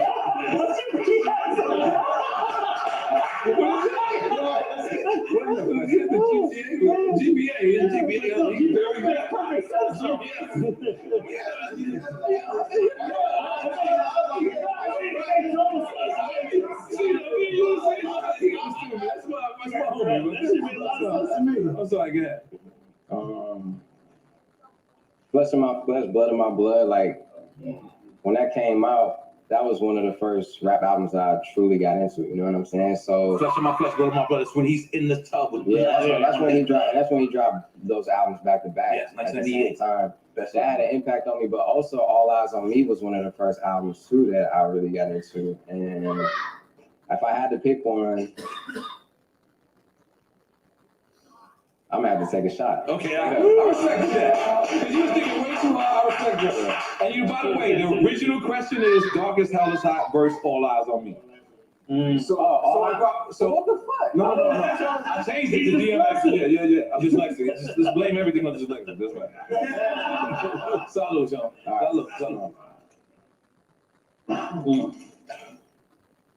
I don't know where we're gonna go with this. Nicki Minaj or Cardi B? You gonna get me fucked up. I don't know if that means out of here or you're gonna drink another shot. I don't know what that means, but I'm willing to go wherever you want to go. If I had to pick one, in what way? This is your criteria. Why are you making me pick between 2 queens, bro? That's what I'm trying to say. This is meant for you to drink. This is why it's called a drink. No, but Nicki Minaj, we got more history, obviously. You know what I'm saying? So, and she a rap legend. Period. You know, with the songs that we got together, to me I haven't worked with Cardi B yet. You know what I'm saying? I obviously got respect for both of them, but obviously if I had to pick between the two, I gotta roll with Nicki. Like that. Podcast or radio? Podcast. I like that. I should take a shot for that. We should take a shot for that. Fuck it. I mean, you don't have to take a shot, but I mean. By the way, radio changed my life. Yeah, right. Podcast changed my life too. And one of my biggest goals in life was to hear my song on the radio. But so that sounds like later on, doubling up, right? No. I'm not. I'm just saying later on in my life, I've been more on the podcast. You know what I'm saying? Because I like getting straight to it. You know, radio would be like, radio. We're back with Power at Hart. Same song. Listen up. It's ready to go right now. All right. Biggie or Tupac? Biggie. I like that. Tupac was that nigga too, but Biggie, B.I.G., Big Sean, that's I literally, he was definitely some like part of the inspiration why I chose Big Sean, not Lil Sean, not Young Sean, you know what I'm saying? And I chose that name at 10 years old. You know what I'm saying? That's when I chose my rap name. Stuck with it. Because of B.I.G. Okay. And Big Pun too. And Big L. You know what I'm saying? That's beautiful to hear. Yeah. To hear you say that. Young Jeezy or Rick Ross? Can we still call him Young Jeezy? Why are you making me choose, bro? No, I don't want to. I want to make you drink. It's not about you make choosing. You can drink and have fun. The thing is, Jeezy had more of an impact on me being from Detroit. That's like his second home. Yeah, because that's right, BMF. Not just BMF. I mean, yeah, of course BMF, but because of just his music, the way it impacted Detroit at the time when I was in the clubs and shit, Jeezy, you know, and Jeezy came a little bit before Ross too. You know what I mean? And just so the respect is there for both of them. I gotta roll with Jeezy. We're going to roll with Jeezy. Okay, this is one you're going to be a little fucked up. Oh, no, next one you're going to be fucked up. I'm not sure of this one. BMF or the Cheddar Boys? I mean, I'm a Cheddar boy, baby. That's for sure. I'm a Cheddar Boy. You know, it was another thing. It was like the impact. The impact. That's like, I feel like BMF was a little bit before my time. Right?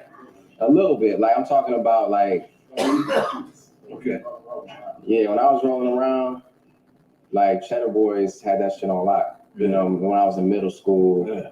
I feel like BMF was before I could even really listen to any shit like that. You know, it was getting locked out. My mom wasn't having it. You know what I mean?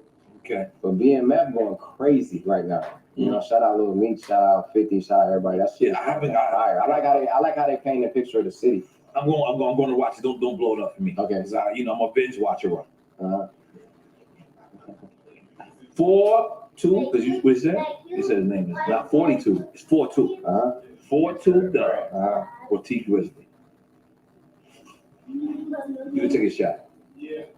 I ain't picking between. That's what I'm saying. Take a shot. All right. Why you shit like Hennessy right now? That don't. He's drinking marijuana. Oh, it's marijuana. No. You can give him a little bit more than that marijuana. Marijuana. Yeah, take a little. You take it. Well, take the 42. Go. That get me fucked up in here. Yeah, exactly. This is the point. He wants to So yeah. That's what I'm talking about, Sean. Yeah, make some noise.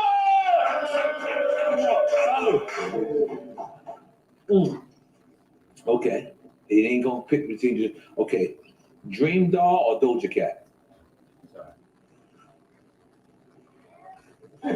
How many more questions we got, bro? It's only a couple more. It only drags out for a couple hours. Yeah.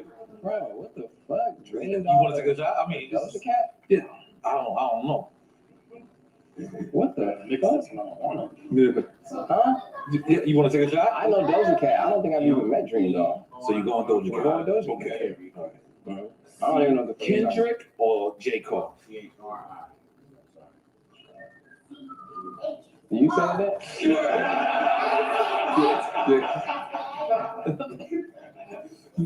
This is on you. CHRI. I love both them niggas. Okay, let's go. Just But- what shot you want? But Oh shit, you got an explanation. I've been to Cole's house though. Oh, you making? Kendrick been to my house before. So you're making this personal. No, but I'm just saying, J. Cole opened his doors to me. That's like, I'm gonna go with Cole. I respect that. I respect that. Yeah. Okay. J. Cole opened his doors, his family, you know what I'm saying? Okay. Yeah. Big Pun or Big Al?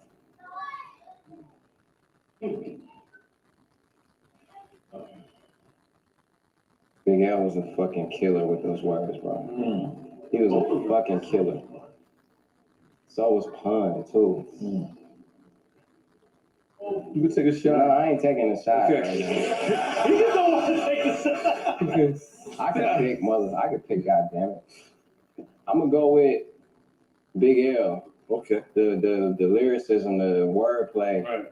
Both of them had that, but it was something about Big L that just shocked me. The metaphors and shit, like how he was putting the things together, it just got me, like, you know, off that. Okay. ODB or Bismarcky? ODB, Dilla or Primo? Dilla, Puff or Dre? Puff. Like you talking about producer or rapper? Whatever the fuck you want. Whatever you want. Nigga, what the fuck? Whatever you want. Whatever I want, producer? Go to producer. Dre. Okay.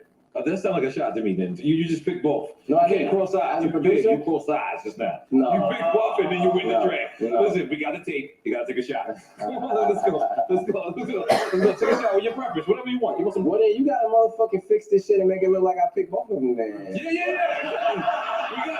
We got you, Joe. Salud. What's in this moonshine, man? That's Mama Wanda. I don't fuck with it. I'm being honest. I can't believe Sean's fucking with it. That shit is crazy. Okay. Shout out Mama Wanda. It gotta. Okay, like, this one. Homegrown for you. Yeah, Okay. it is. It's homemade. Baby Face Ray or Rio Young G? Rio the Young OG. Rio the Young OG. Get these names right. I'm sorry, you know, I'm You gotta put some dyslexic. respect. I'm sorry, I love these guys. No, man, you gotta understand that the blueprint and the impact that they having on the whole industry right now. Rio the Young OG, Babyface Ray, Yes. V's, Bezo, Yes. Peasy, Payroll. So it sounds like you're taking a shot. That should be clear. No. I'm just letting you know, like, they don't. You gotta make sure you announce these names. I'm trying my Bodie best. James, you gotta announce it. It's like That's why we out here. We're Yeah. trying to give Yeah, that respect. Yeah, for sure. So who is it again? Rio the Young OG or Babyface Ray?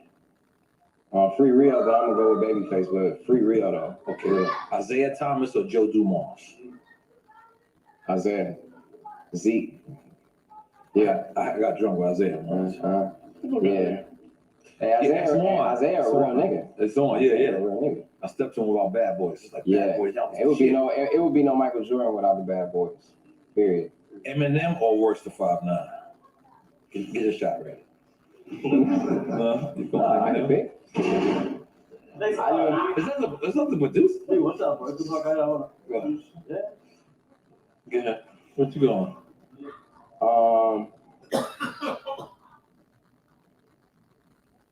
Royce the 5'9" is my literal big brother, so I gotta go with Royce. Eminem, like I said, God MC, and dream come true to work with. But Royce, I've been in the trenches with Royce. Shout out to Royce. You know what I'm saying? I done been in the real trenches with him for real. Okay. Kevin Hart, Dave Chappelle.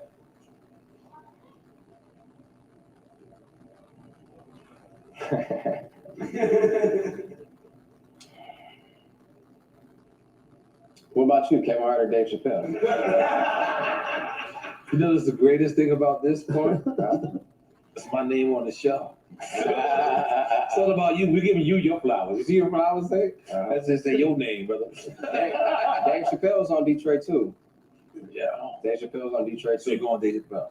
Yeah, Dave Chappelle took care of my dad Wow. at a show twice. Wow. Yeah, when I first met Dave Chappelle, he was like, "I love your dad." I'm like, "What the fuck?"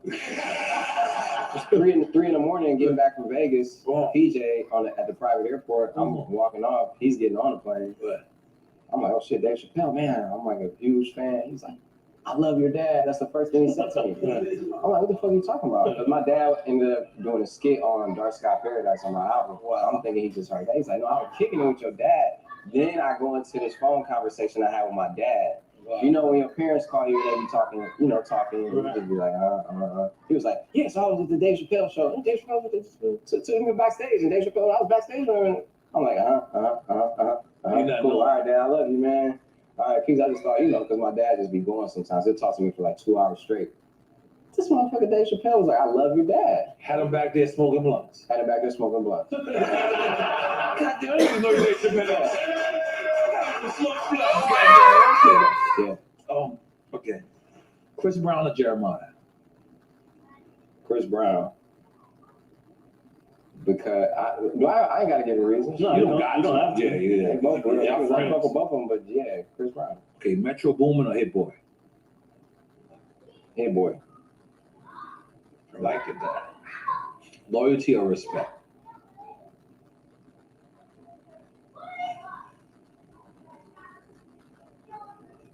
Loyalty.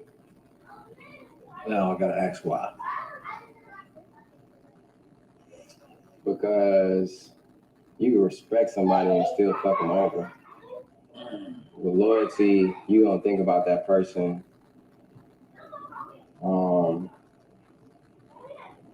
When you loyal to that person, you're gonna always hold them and think about them in a different way than necessarily like having a respect for somebody can just be completely thrown out the fucking window at any time. Because I feel like loyalty is more for everything, and respect is more of a money thing. You know what I'm saying? So why not both? Because that wasn't the question. No, you can pick both. Oh, you can pick both? Yeah, you can pick both. Yeah, you got to take a shot. That's the reason why you ain't pick both. But yeah, because that was a drunk ass answer. Yeah, it's great though. It's great. It's great. So now let's move on, right? Click. Yeah. This record. Mm-hmm. You on there with 2 giants. Yeah. Your verse comes first. Mm-hmm. As an artist, Yeah.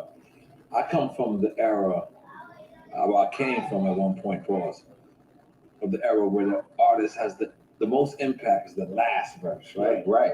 But then in the new era, it's the artist with the first verse. You think so? Because of radio. Sometimes it changes. It changes, but in this era, at this time especially with these other 2 icons, they let you go first. Right. Is it because your verse was laid first? Yeah, it was. Oh, okay. That was simple. Yeah, my verse was laid first. I did the hook in the verse. And this is for now. What are you under the impression that this verse is for? What? I didn't know. I just was in the studio. We was in London. We was right next to Buckingham Palace. Nice. I love his flaws. The fact that y'all good music niggas. So we was in London. Next to Buckingham Palace. I love y'all. I met Hit Boy at too, who would produce Click. So you met him, you said? That's where I met. Well, that's where I first worked with him. Okay. I met him actually one time before that. At Buckingham Palace. Mm-hmm. And everybody was out there. Pusha T, John Legend, Hit Boy, Ye, Manny Fresh was out there. Wow. Oh, great. There's a lot of people out there. I'm forgetting probably like a lot of people. Because you made me drink all these fucking shots. That's okay. It's more to come. It's okay. Okay. So, yeah, it was just an idea. We were working on this one song, and the shit was like whack as hell. It was a beat that was just like, shit was going on for a long time. It was a song that never came out. I was like, man, we need to switch this shit up, man. This shit is whack. And there was already a hook on there. Oh, this shit's fucking trash. So we loaded up another beat. Or Don C was like, well, what other beat we gon', His impression is all right. Like, what other beat we gonna load up, Or I don't remember what he said. Don C is my brother, by the way. You know what I'm saying? But for real, love your impression. Yeah. I can do it. That's a hidden talent. I can do a lot of impressions. But anyway, we load up a beat, and the first thing that comes on, I do this shit in like 2 minutes. I said, ain't nobody fucking with my click. Lay the click. Everybody like, everybody like, that's all right. It's all right. So you lay the hook without laying your verse. Lay the hook. Then I do a verse. And I'm like, it's tight. And Ye come back and hear it. And he's like, this is the motherfucker. This shit crazy. You know what I'm saying? And next thing I know, time goes on, because we were working on other songs, Mercy. And by the way, all them songs I did like back then, them was just freestyles, bro. I wasn't even trying on none of that shit. Really? None of it, bro. I just was like going in there freestyling, like on Mercy, Click, Don't Like, just have, just do, just to be productive. Like, all right, fuck it, I'm a freestyle. And anyway, he heard it. And everybody laid a verse on it. It was like 8 verses. And then I guess they got to Hov. Now, this is part of the story where I wasn't there, so I don't know the exact details. But it went from 8 verses to the whole click on there to nobody's verse being on there because Hov was on there. But somehow my shit got left on there. And when I had a conversation, when I had a conversation with he was like, Hov said you got to stay on that motherfucker. Like, he was like, you got to keep Sean on there. So that was a monumental moment for me. A lot of niggas definitely ain't got songs with Hov or so let alone both of them. Goddamn, make some noise for that. Now, Loyal to a Fault featuring Bryson Tiller and Little Durk. What are you trying to say? Loyal to a fault. What does that exactly mean? That's just some relatable shit that people be loyal to a fault. Yeah. People be. Have you been loyal to a fault? Absolutely. Yeah. In what situation? Shit, one of the situations that we can talk about, I don't know if you're ready to talk about, is good music. Okay, yeah, we're not yet. Okay, my bad. Can you give me another situation? Yeah, because I'm leading up to it, you know? It's a certain build up. You want another shot? I feel like you want another shot. No. Okay, good. Okay, later. Okay. No, but loyal to a fault, that's just, I feel like that a lot of times in my life, bro, where, you know, when you're really loyal to somebody, you're going to put up with them and, like, I don't know, just give it all you got. You know what I'm saying? And I know a lot of women can relate to that song, a lot of men can relate to that song of just, like, even just going past your personal threshold of, like, your tolerance of fucking being annoyed, you know? But, yeah, that song is a song I wrote from, you know, accumulation of personal experiences.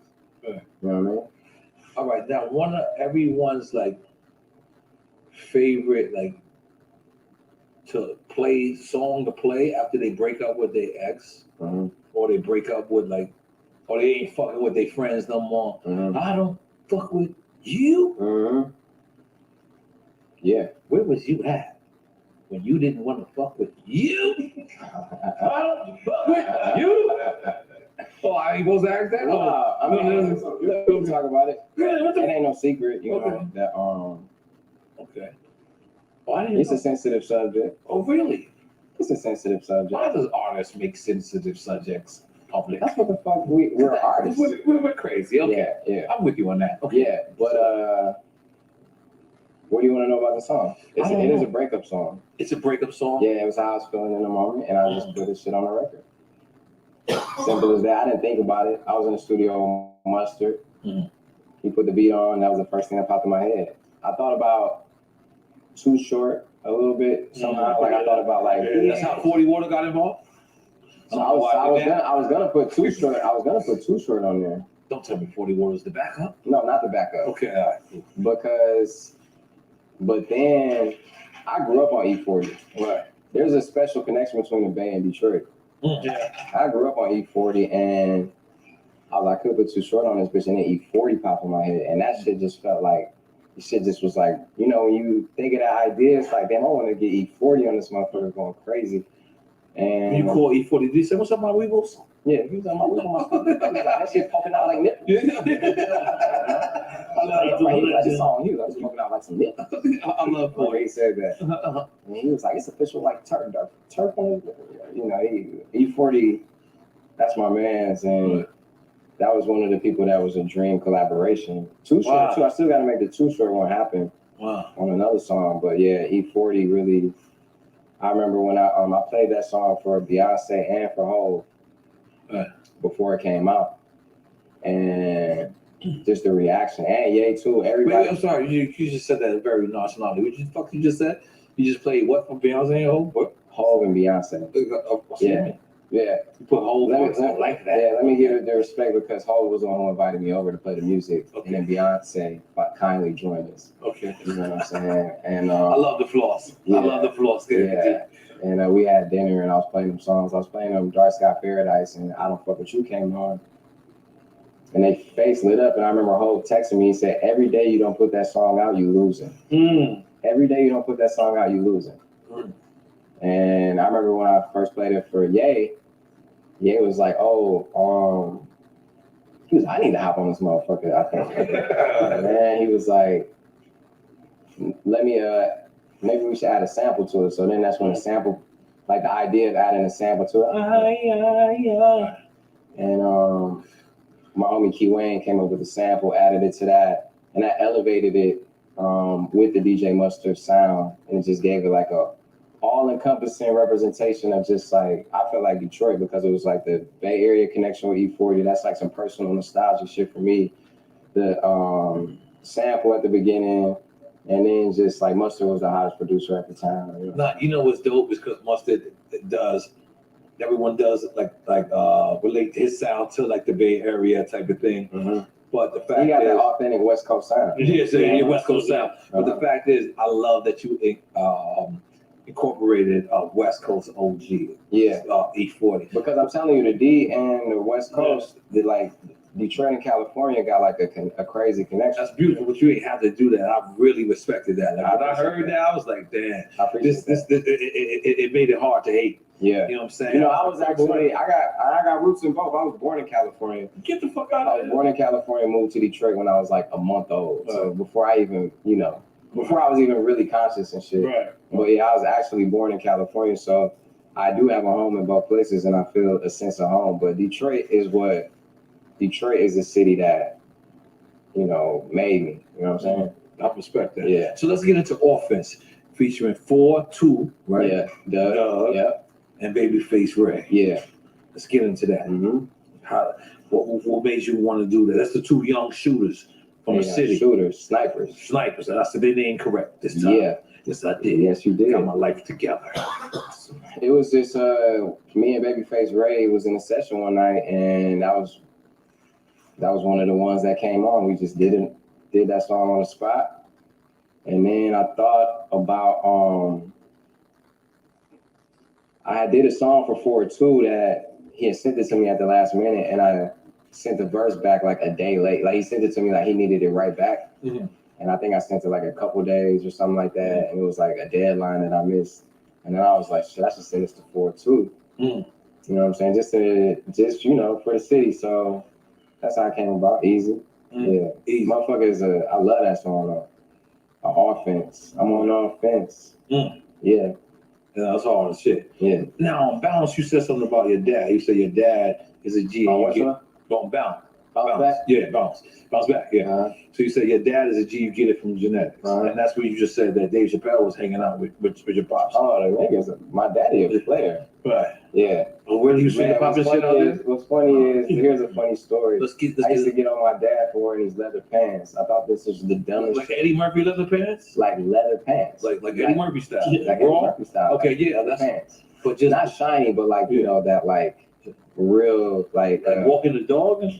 leather pants, bro. Not patent leather, like leather. For no reason. He would just take me to school, but my dad would take me to school every morning, and he would teach me a lot of shit. I'm in 3rd grade. He telling me about like eating pussy. He telling me about like all sorts of shit. My dad, but that's what you're supposed to hear that type of stuff. Version of the Bees extended version. That's what you're supposed to hear that type of stuff. Version of Bees. He's telling me about everything, but he also had a thing called the word of the day. He was like, so the word of the day is ambiguous. What is, it tells me what it means. Okay, now, and at the end of the day, when he would pick me up, he'd be like, so what's the word of the day? What does it mean? So we did that every day, but I used to get on his ass for wearing these leather pants. Like, you got these leather pants on for, you know what I'm saying? I used to, like, when he would pick me up from school, he would sometimes be hugging a tree. I'm like, what the fuck are you doing? God, you embarrassing me, man. Like, you know what I'm saying? And now, my ass, I be going on hikes. Right. Motherfucker looking at a tree like in Joshua nice tree. You went to Joshua Tree? A big Sur. Well, all over the place. I went to the south of France. I go a lot of places hike. But yeah, Joshua Tree. I've never been to Joshua Tree. I want to take mushrooms to go there. Yeah. Did you take mushrooms and went there? Yes. You did? Yeah. Oh God, man, you know. Me being on point. Well, actually, not there, but mushrooms at Big Sur. But it's similar vibe. All right. Yeah, it's Joshua Tree. But anyway. So yeah, and I'm walking to stage yesterday to perform, and I have on leather pants, and my dad is like, leather pants. See what I'm saying? And Full circle. It was just crazy how 25 years later, I just knew exactly what the fuck he was talking about because I always get on him for that, and it's like, you're a Detroit player. It's a party. Period. Yeah, I couldn't see it back then. Listen, man. But now I be rocking leather pants all the fucking time. Let me tell you something. Before, like, if you you gotta have a pair of Gators. More Gators. Mm-hmm. That's some Detroit shit, though. You know about that? Yes. Yeah. Yes. I went to the Players Ball. Yeah, I went to the Players Ball. I fucked a whole bunch of money. I want to hear. I was nowhere near pimp. It was a bad move for me. It wasn't me, man. All right, but what a life. You say you went triple platinum at least 3 times. Yeah.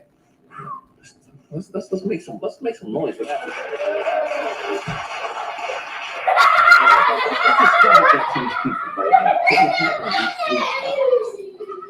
Incredible, bro. It really changed my family life. Triple platinum. Yeah, I mean, what do I say about that? I've had a lot of songs that went triple, 4, 5 times, 6 times platinum. And it's a beautiful thing, man. That's God. I got to give that up to God. I got to give that up to the people who supported it and made it happen. Facts. That's bigger than me, for real. Right. Mm-hmm. Now, let's get to Deep Revenge. Deep Reverence. Yeah. Deep Reverence. Okay. Post Malone. Mm-hmm. Post Malone. Yeah. Wolves. No. Oh shit. Okay. I'm looking at two different things. Deep Reverence is with Nipsey Hussle. Yeah. And Wolves is with Post Malone. We might as well answer fucking. Two different songs. Wolves was written by my grandma, my mom, my family. Just they was wolves with the shit. You know, my grandma was a beast with it. My granddad, just like it felt like it was that wolf pack energy. They'd do anything for their cubs, for their, you know. That's the energy that Detroit just breeds, is that loyalty. You know what I'm saying? And the respect. You know what I mean? And Deep Reverence was more so just barring up and talking about what was on my heart at the time, spilling my heart out. You know, that's a song, like I said, we started before Nip had passed away, and I didn't have the inspiration to finish it. You know, and I learned a lot from that, because I think one of the last calls I got from him was him invited me to his video shoot, and I couldn't make it. You know, but then I just remember feeling like, damn, I wish I would have rearranged some shit, and I didn't know. You know what I'm saying? It fucked me up. And it just inspired a whole verse, and that was the verse. Okay. We got like 2 more of these questions, and we're gonna get into some real shit. Okay. Beware, featuring Wayne, featuring Janae, and Lil Wayne, and Wayne. That's it. Yeah. So, where was you at in life when you was making this record?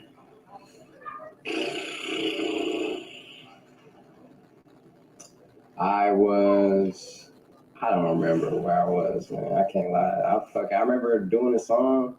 I remember having a song. It was just me and Janae at first. Because one more range, and that was big. Yeah. So what happened was, I do remember how it happened. So I got Janae on it. I was a fan of her mixtape. She was kind of like more so a new artist at the time. That was before she was on. Really, you know, like Beware was her first radio song. You know what I'm saying? So that was the first time she was on there, and she sounded perfect. Before it was just me singing the hook, but she sounded way better singing. And then I played it for Wayne when I was playing Wayne my album, and he heard like 6 seconds of it, like dum dum dum dum dum dum. When you said, he was like, "Oh, I'm hopping on this motherfucker right there." Yeah, right there. And he did the verse, and the rest is history. That's fire. Yeah. So Marvin Gaye and Chardonnay. Yeah.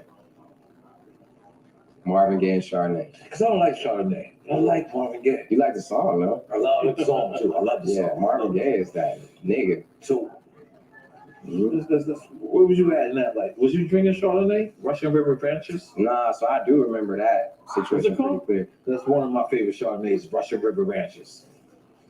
What? You can say that pretty. He even messing names up. But Yeah. That shit. I was out at that time. That's my first wine. You want dyslexic then? Yeah, I want dyslexic then. So, yeah. I had the song My Last Out at the time, and that was my first. See, Chris hopped on my last and made that motherfucker go crazy. That was my next question. You know what I'm saying? So then after that was like hit number 1 on radio. Ye gave me the alley-oop for Marvin and Chardonnay. Right. It was like, you know, that's basically what happened. Like, it was one of the songs that we worked on and he had, and I don't know. I just remember it just kind of coming in last minute when we was working on the album, and dropped that shit, and those were better times for sure. Okay, and then before I get into this last one, Mercy featuring you, Pusha T, Kanye, and 2 Chainz. Where was you at? I know you spoke about it a little bit earlier, but let's backstage in Detroit at the Palace. Ooh. During what concert was that? Oh, this is the same Palace where Ron Artest went Watch crazy. the Throne. Okay. The Palace, like the Malice in the Palace. Malice in the Palace. I love it. I love it. And he put the beat on, and I was just backstage freestyling. And then that was the verse. I literally freestyled. He was like, "Say that again, say that again, say that again." I'm like, this fucking shit right here. Like, I was literally just bullshitting. And then I remember when we went to London, the London trip where we made Click happen right after that. And I remember him being like, this verse is the, what did he say? Big Sean set the tone on here. I'm like, okay, whatever. Like, I appreciated it, but it's just like, it was one of the things that was unexpected. But God will do that sometimes. Unexpected blessings. You know what I mean? And shit went crazy. Okay. You know what I'm saying? Now, this is where, after this, we're going straight in. Ass.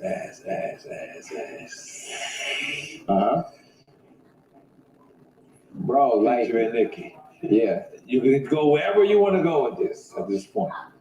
But, bro, I make a lot of songs. That's one thing that I feel like has helped me and hurt me sometimes. People get to hearing a song and be like, oh, I fuck with him, or I don't fuck with him, like, off of this. But I make so many different styles of songs that I just be wanting motherfuckers to come on a journey with me, bro. I be taking my critical hat off and I just be having fun with the shit. You know what I'm saying? I got songs like Paradise, where I'm spitting like a motherfucker. Songs like Deep Reverence. One Man Can Change the World. Songs like Ass. Songs like Marvin and Chardonnay. Songs like, I don't know, bro, like, Memories. Songs like all these different songs. So it's like, I wish motherfuckers would just come on a journey with me, bro. Come on a journey with me. Okay, so but Ass was an amazing, that's quadruple platinum. Yes. You know what I'm saying? Nicki went on that bitch and bodied that hoe. Yes, she did. Yeah, and that was after it was out. Right. That was my only record. That was a remix, correct? She jumped on the remix. She jumped on the remix, but that's because the shit was going crazy. Radio stations was playing it without me. That's the only time I had a song where the radio station was playing without me asking. Wow. Yeah. And when I made that shit in the studio, again, I was just fucking around. You was freestyling the joint? Yeah, man. I was freestyling. Tiana Taylor was in the studio with me. And when I made it, she didn't, at the end of the night, I made it at the end of the night. That's one of the first records that the interns did. And, Rihanna did Cake after that because Ass was her favorite song. They said that Rihanna came in and was like, Ass my favorite song. I need to make a song like that. So I love your name drops, by the way. Yeah. Appreciate it. So anyway, yeah, Nicki hopped on that shit, went crazy. She was dancing in the video. The shit was viral. Niggas never seen no shit like that. She was bending over in the video. Goddamn. You know what I mean? Goddamn. It was a classic time, and it was a house music song. So the beat I made to make sure it was Detroit house music. So it had authenticity to it. You know what I'm saying? And it was simple. Yeah, I produced it a little bit as well. But point is, that motherfucker 4 or 5 times platinum. Goddamn. And there's not too many people who have. Sorry, don't worry. There's not too many people who have those type of certifications. Different things at the same time. So yeah, no, we Puerto Ricans. We play handball right now. Yeah, but I mean, that was some bullshit how he was saying. Okay, no, let's take a shot. Then we're gonna get into that. Let's take one shot. This is just because we want to make sure.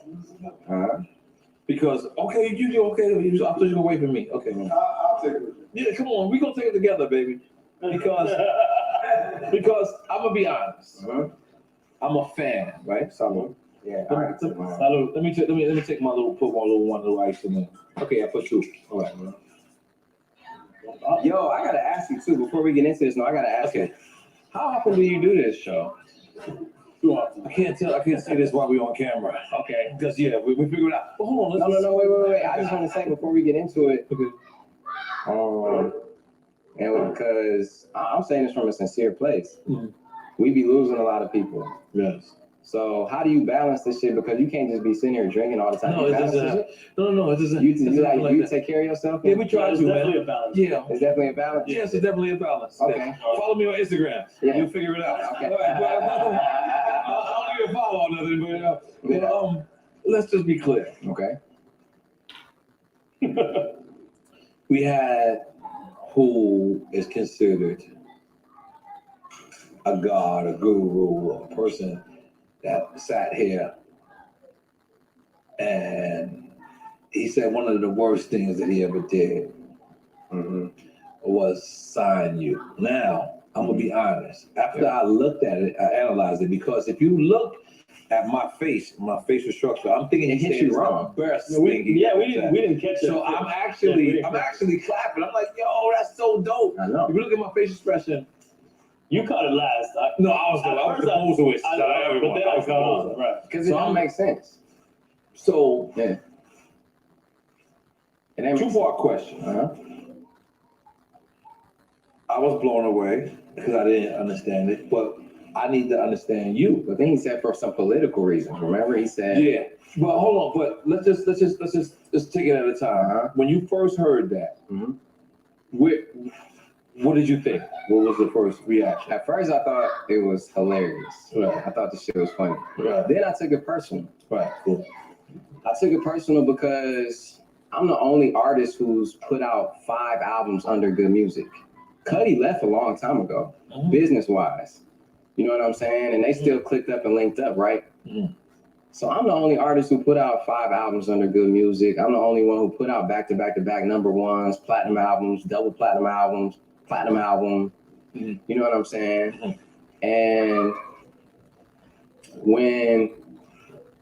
by the way, being signed to Kanye is a golden opportunity. Right. It's something that he changed my life and I love him for that. But every time Kanye has called on me, every single time, no matter what I was doing, within 1 day's notice, I'm wherever he's at, bro. And whether it's to contribute to him in the studio, whether it's to contribute a line, write a verse for him. He just take maybe parts of the verse, maybe the whole verse, maybe just to help him with his vibe, like just to help him catch a vibe wherever he's at in the world, bro. I've traveled around the world for this man every time he's called.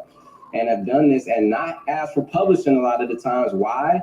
Because he gave me a golden opportunity of signing to Good Music. Right. A lot of people are signing to Good Music. I just want to keep that in mind.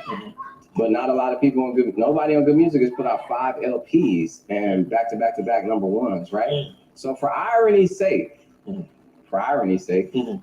2015, when I won a VMA with Ye and John Legend, for irony's sake, for One Man Could Change the World, I was the first person to tweet Kanye for president. The first one. Right? Yeah, I'm listening. Okay. So when I heard what he was talking about, it didn't make sense, bro, because my manager saw my record deal and said, this is a shitty record deal. I would never say that though, because why? It was an opportunity. I could work my way out of anything. And when you say management, you're not saying Rock Nation? Yeah, I'm saying Rock Nation. Okay, Rock Nation. Okay. Yeah. Actually, he hooked me up with. Yeah, I'm saying Rock Nation. I'm saying Jay Brown. So it was the worst deal he'd ever seen. Wow.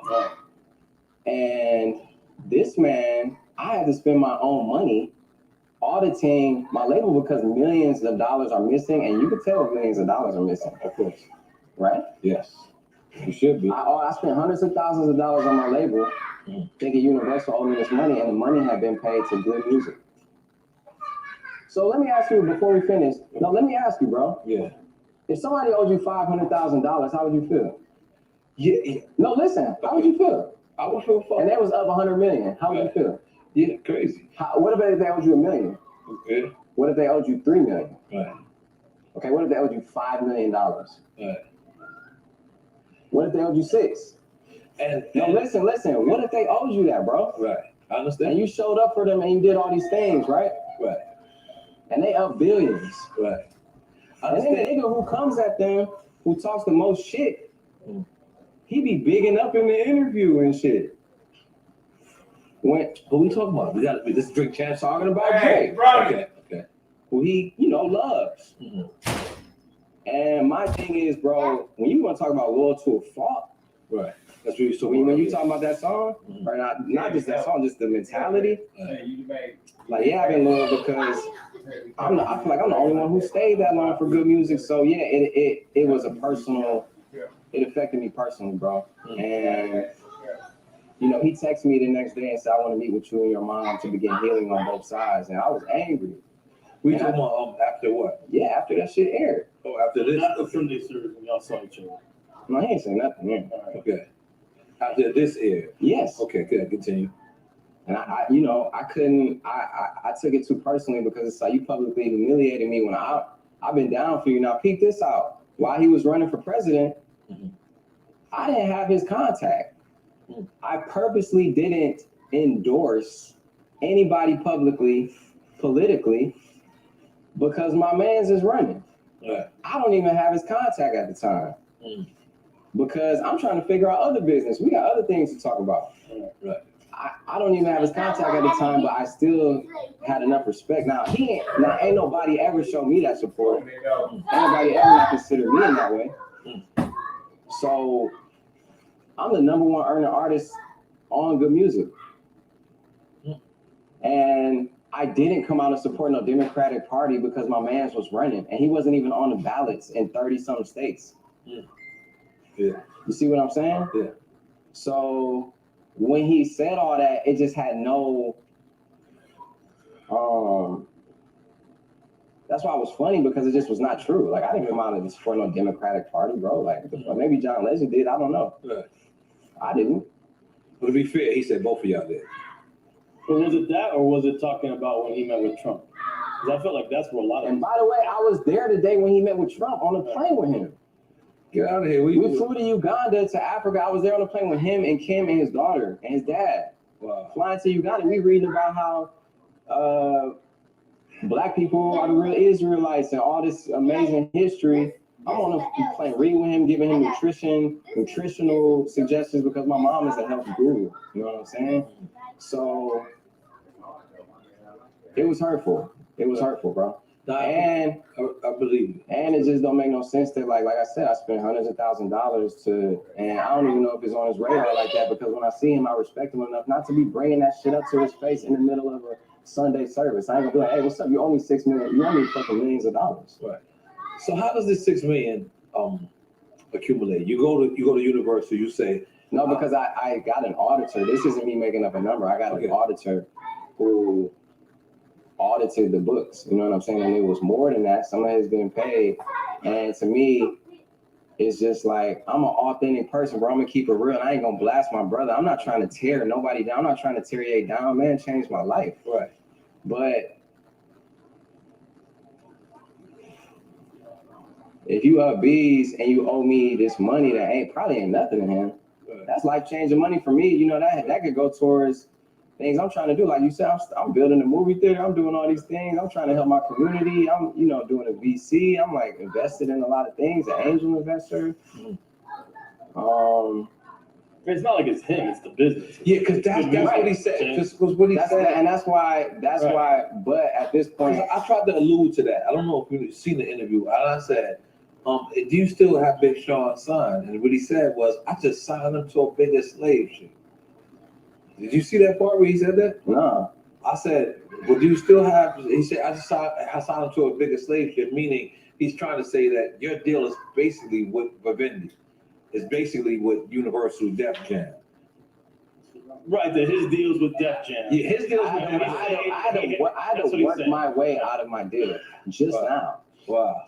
I had to work my way out of that deal. Okay. My man, like I said, I'm not shitting on the deal. Yeah. It was a golden opportunity. Mm-hmm. My manager said it was the worst deal he's ever seen. Jay Brown. What I'm saying is, I put at least $30 million in this man's pocket or more. Right. And he owes me money, and he's up billions. Right. Him or his company. Right. He said that the masters, he said he was gonna give his artists back his masters, and it's just like, that hasn't happened yet, but that would benefit me a lot. Right. And if I was up bees, and if I was a man of my word and not just saying something to look good in that moment, like, I would pay my artists their masters, or at least what they worth, if he's not in a position to do that. But that's just me.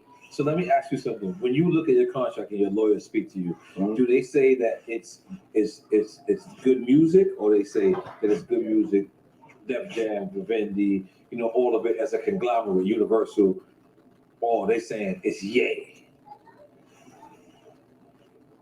That's on you to answer it whichever way you want. No, it's all of them, but Right. But the one thing he said is that they paid. I don't give a fuck who it is, bro. Right. Universal paid the money that I'm owed to Good Music. Okay, that's what I'm trying. So I don't give a fuck what it is. Out of a deal that I signed, that was an unfair deal to me as an artist. You know what I'm saying? According to others, Right. I earned millions of dollars because I sold over 50-some million records. I was one of the top selling hip hop artists between 2010 and 2020. I was in the top 10. Right. Sold over 50-some million records and earned a certain amount of money. Right. I worked my ass off, bro. Yeah. I fucking drove myself to depression. I drove my fucking self to the brink of wanting to not live, bro, because of the overworking myself. So what I'm saying is, in that time where I earned the money, I still haven't gotten this money, bro. Right. And it's not all about the money. It's not all about the money. It's a principle. It's the principle because I haven't gone in. I haven't done a 7 a.m. on Brittle Pat. I haven't put it in nothing. You know what I'm saying? And it's just like, I had an issue with all the respect that was being paid to somebody who publicly did that. And I know that people will be like going through things, making up and all that. That's beautiful. I want to see my brothers together. But to me, yeah, I take that personal. But what made you even think to audit? Like, you was thinking money was missing? Like, I mean, that's a normal thing, though. That's a normal thing. No, so it's definitely a normal thing, but I just want to say, I encourage every triggers artist. that? What triggers that? It has to be feel like your own money. It has to be something that I encourage every artist who has ever gone platinum or had any type of success and something that pays out residuals or royalties to audit, because there's probably money there. Every time I've audited every aspect of my career, I've always You're tried to check. absolutely correct, but it had to be something. Jay Brown. Brown. Jay Brown just came to you and said, "Yo, listen." He said, "When the last time you audited the label?" I said, "I never have." And he was like, "Audit them. Auditing them on this royalty, on that royalty, and then all sorts of things." And then it was like, wait a minute, it's some M's missing. Wow. And the M's have been paid. Right. So, you know, like I'm saying, I also learned I can't be angry. I'm not angry because that's too much of a burden for me to carry always. You know what I'm saying? I don't take it personal. That's what we was nervous about. But we was nervous. But they said, Big Sean. I said, oh shit, I don't want Big Sean. Yeah. It's like just, you know. No, I love Kanye, bro. Okay, I respect. I love him for the opportunity he gave me and all these things. Right. But I thought what he said was some bitch ass shit. And I thought that that wasn't godly. You know, that wasn't. It was just like it was a personal attack for no reason. You know, I feel like he didn't have to do all that. Right. And the facts that why he said it was completely wrong. I didn't come out and endorse no political party. I did it because my mans was voting, literally. Right. You know, and I know it's a deeper reason why it goes back to all of that. I don't even know. That might be something that I can talk about another time, but it all goes back to the song Blessings. Everything goes back to like something to do with Drake. I mean, not to be funny, but it's just like the obsession. So let's just be clear. Did you think that he didn't want you to have Drake on that record? Or did he want to be on that record? It was me and Drake. Uh-huh. It was me and Drake. My album was immediately due that day. Uh-huh. I played him. I had been playing him the music, played him the final album. He said he heard Blessings and said, I have to be on here. And I was like, bro, I already got you on 2 songs on my album. He hopped on 2 other songs already on Dark Sky Paradise. He was on One Man Can Change the World. And he was on All Your Fault. So that would have been 3 songs he's on the album. He's I need to be on this record. I was like, bro, my pre-order goes up tomorrow. He's like, we about to do it right now. And I helped him write his verse for the song. For Blessings. For Blessings. Okay. So I hit up Drake. Drake was the one who came up with the idea of the song. Drake had a concept, like, you know, a little scratch of the hook. We got in the studio and finished it together. So when I talked to Drake about it, Drake didn't want Kanye on it. I wouldn't say he didn't want him on it. I said his song's already done, you know. He was just kind of on some like, it don't really need all that. It's already long. It was 3 verses already. And he was like, I mean, we don't really need him on it. But what I said was, and by the way, I helped Kanye write his verse. I said, bro gotta be on it, bro. Like, you know what I mean? Like, he said he had to be on it. He got to be on it. So, and I feel like that kind of, I don't know if that had any effect on me and Drake relationship, but like I said, Drake wasn't like, don't put him on his shit. Right. But I got the vibes, you know what I'm saying? That's you. So anyway, I write the verse with Ye. I tell everybody in the studio, send it to mastering. His engineer, another person was in the room, another person was the CEO of Good. Send it to the, I'm like, my shit comes out tomorrow. Okay, for sure. Next day, I hit up mastering. I'm not an A&R, by the way, and I'm calling mastering. You get the verse? No, we didn't get any verse. My A&R like, yo, your pre-order is up. And it's going crazy. And what verse you didn't get? You get Ye verse. I didn't get Ye verse to mastering. Pre-order going crazy. Talk to you on the phone, bro. Pre-order going crazy, we gonna do the radio and a video version for Blessings. Is that cool? Yeah, it's cool. Because he didn't get into mastering. Right? I can see where this started from. Okay, cool. Everything happens, videos, songs, crazy. Next thing I know, we're shooting a video, and he's spazzing on me.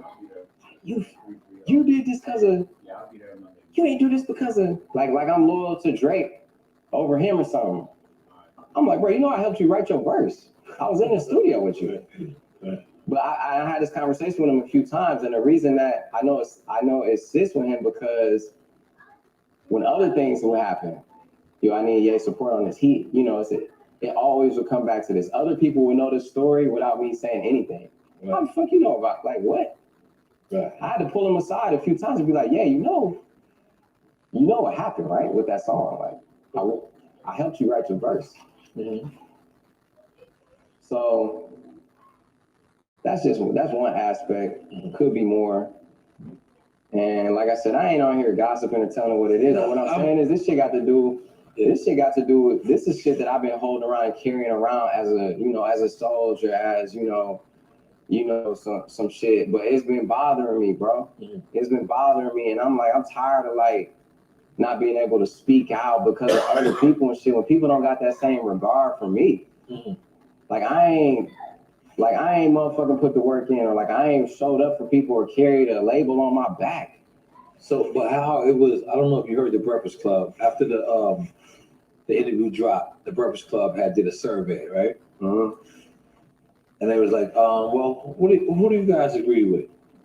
Do you agree with Kanye, or do you agree with Big Sean? Did you hear this on the Breakfast Club? Oh, Angela, yeah, I did, yeah. You heard that, right? Yeah. Because Ye is my dog, so is Charlamagne and Envy. Yeah. Right. Yeah. So they did a survey, and a lot of people. I didn't see the actual thing because, bro, I heard about it. Somebody hit me like, yo, they were showing love. You see how people support you. But... Yeah, they were. It was. I would say it was like pretty even, right? So what happened was they were saying. So how Ye described it on our show was that you just went and supported, I guess, Hillary Clinton or Democrats or whatever, and I didn't. Right. Yeah, and I didn't. But here's how you described it. No, here's the thing. Okay, good. And I didn't. Right.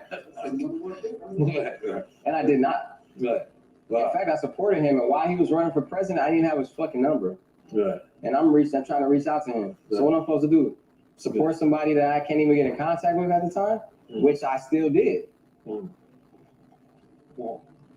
So I don't care if people agree with me. If you think that like I'm wrong in any way in this situation, you must. I feel you. You love this man. Right. I love this man. Whatever it is, you know what I'm saying. But that's some fucking bullshit though. Right. So listen, because it's not true. Okay. So but let's take it from how he thought this was. Okay. In his mind, he's running for president. He puts on a MAGA hat, right? Which I don't agree with. Well, he's not running for president putting the MAGA hat on. Yeah. That's not what happens. I mean, it's pretty much, all right, fuck, take the MAGA hat out of there. No, I'm saying those two things are different, in my opinion. He wasn't running at the same time. Well, he wasn't running for when president. He had on the MAGA hat, wasn't he running for president at the same time, or no? It's kind of hard for me to recall those timelines after these 8 shots. Let's get another one. Go. But where you going with it though? No, because he's going back. I can hold it down. You gonna wait till he come back or what? No. I'm good. I'm great. Because this is what I'm trying to understand him, right? And I'm trying to understand you. I'm trying to understand y'all relationship, right? Because I'm an outside looking in. Let's just be clear. I'm a fan of both of y'all. I had no idea like there was even a discrepancy. Like if you really look at the footage, I'm clapping. I'm like, word. Because it hit your ear wrong. Because it didn't make any sense. It doesn't. It didn't. But a lot of things, bro. He animated and he has a great delivery, right? He has talks with such passion and he like that inner child. He's like just straight out. He gonna say whatever. He gonna hop on stage. Right. He gonna, that's why we love him, bro. He raw like that, right? Mm-hmm. Yes. But I don't care who it is. When you say something untrue about, if anybody say something that untrue about me, I gotta come up here and say, right. As a man, like, no, that ain't how it's going down. Mm-hmm. Right. You know what I'm saying? He gave me an opportunity on that, and I never will discount that. Right. I give him that regard. You know what I'm saying? Like the same respect how he was paying Hov in here. Right. You know what I'm saying? I'm paying him. But so let me just be clear. But that's besides the point, though. All right. But what he's trying to describe was at a point he felt like you were disloyal. Right.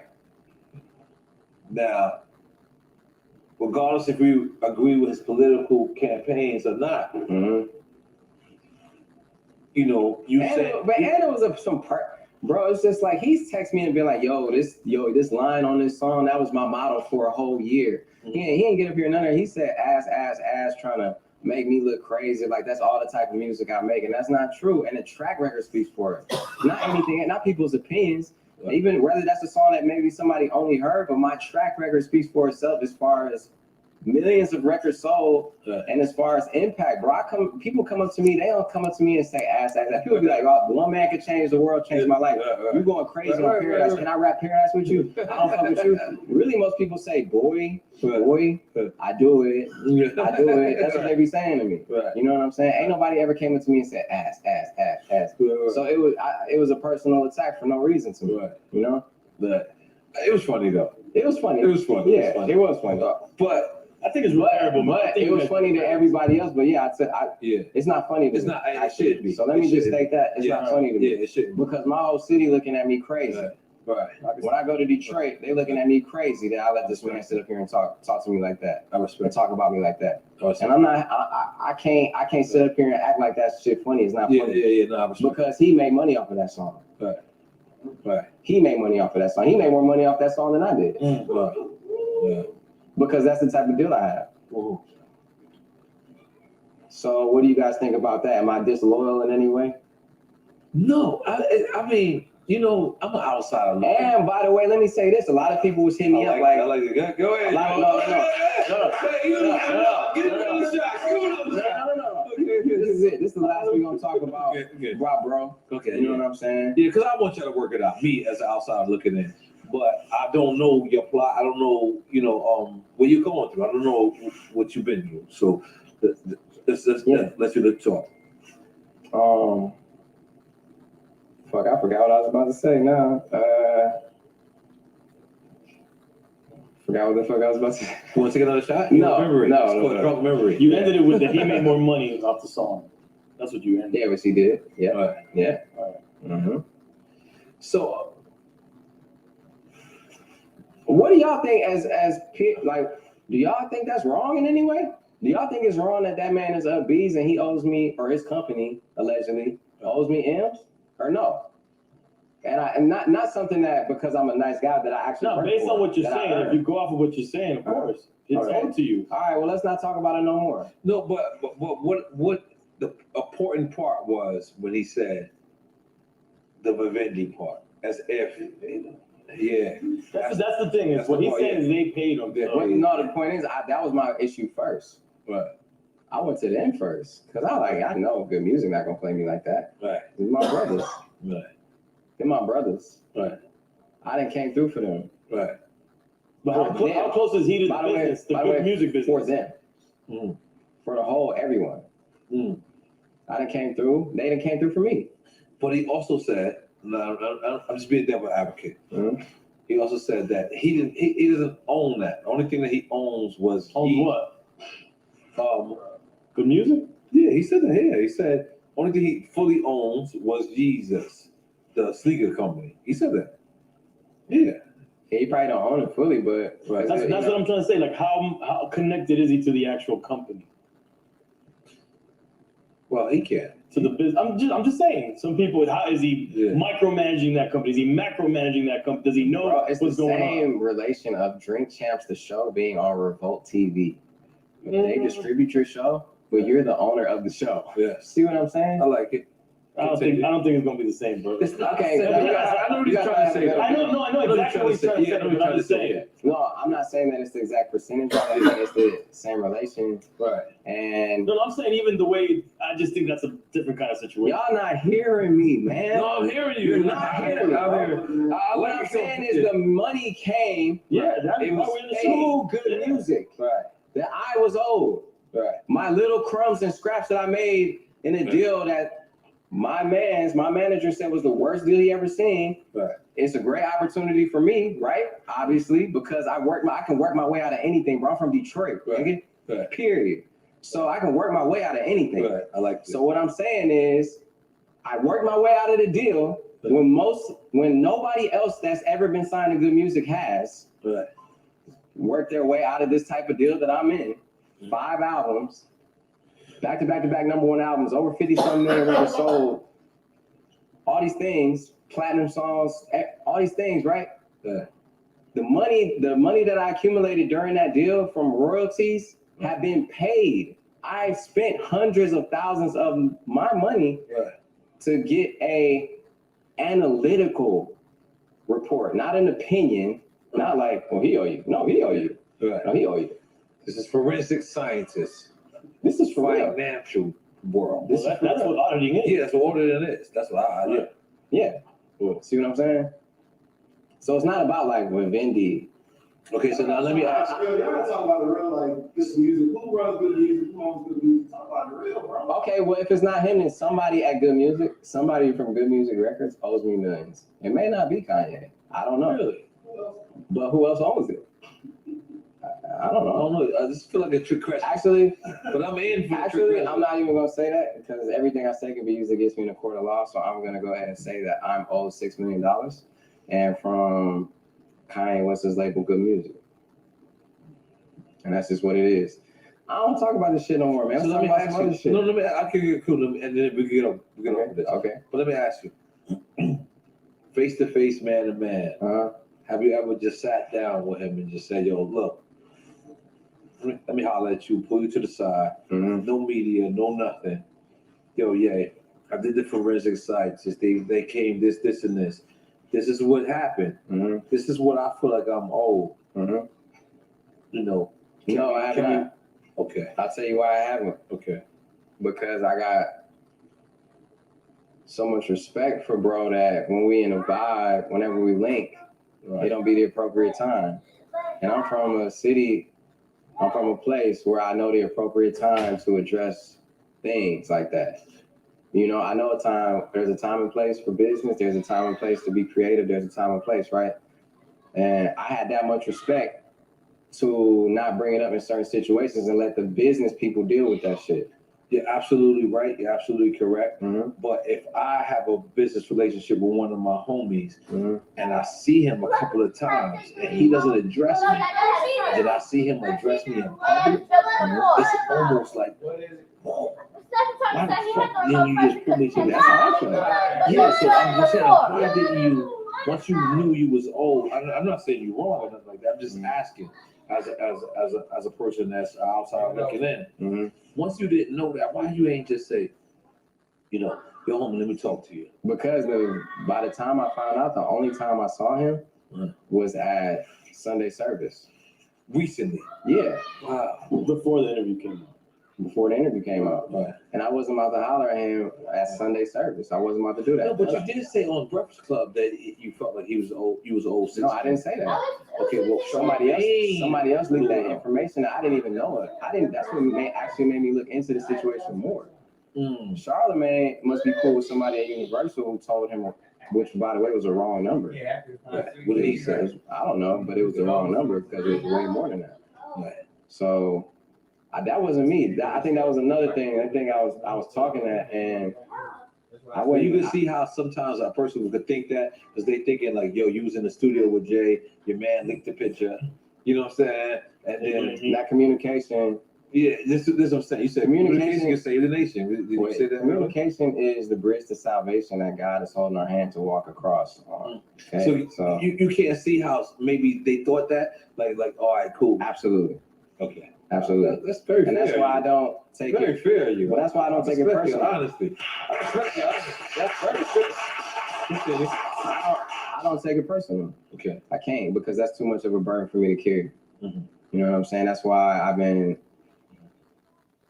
leaving it all to business, you know, and me talking about it is relieving, but at the same time, it's embarrassing too. But you know what I'm saying? It's embarrassing because I really was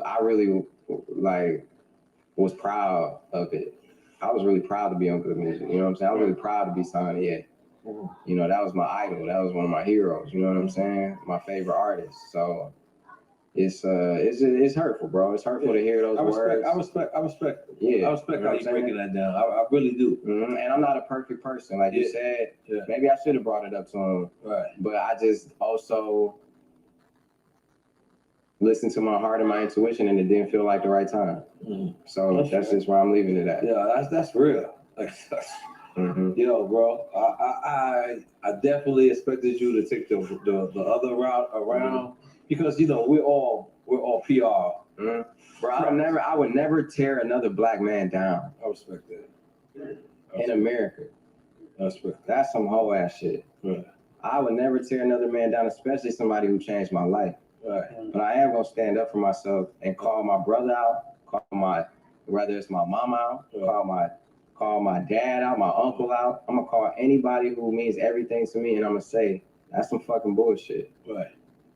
So you think, and I'm not trying to reiterate it. It was the moment that you didn't put them on blessings, that like things just deteriorated, or.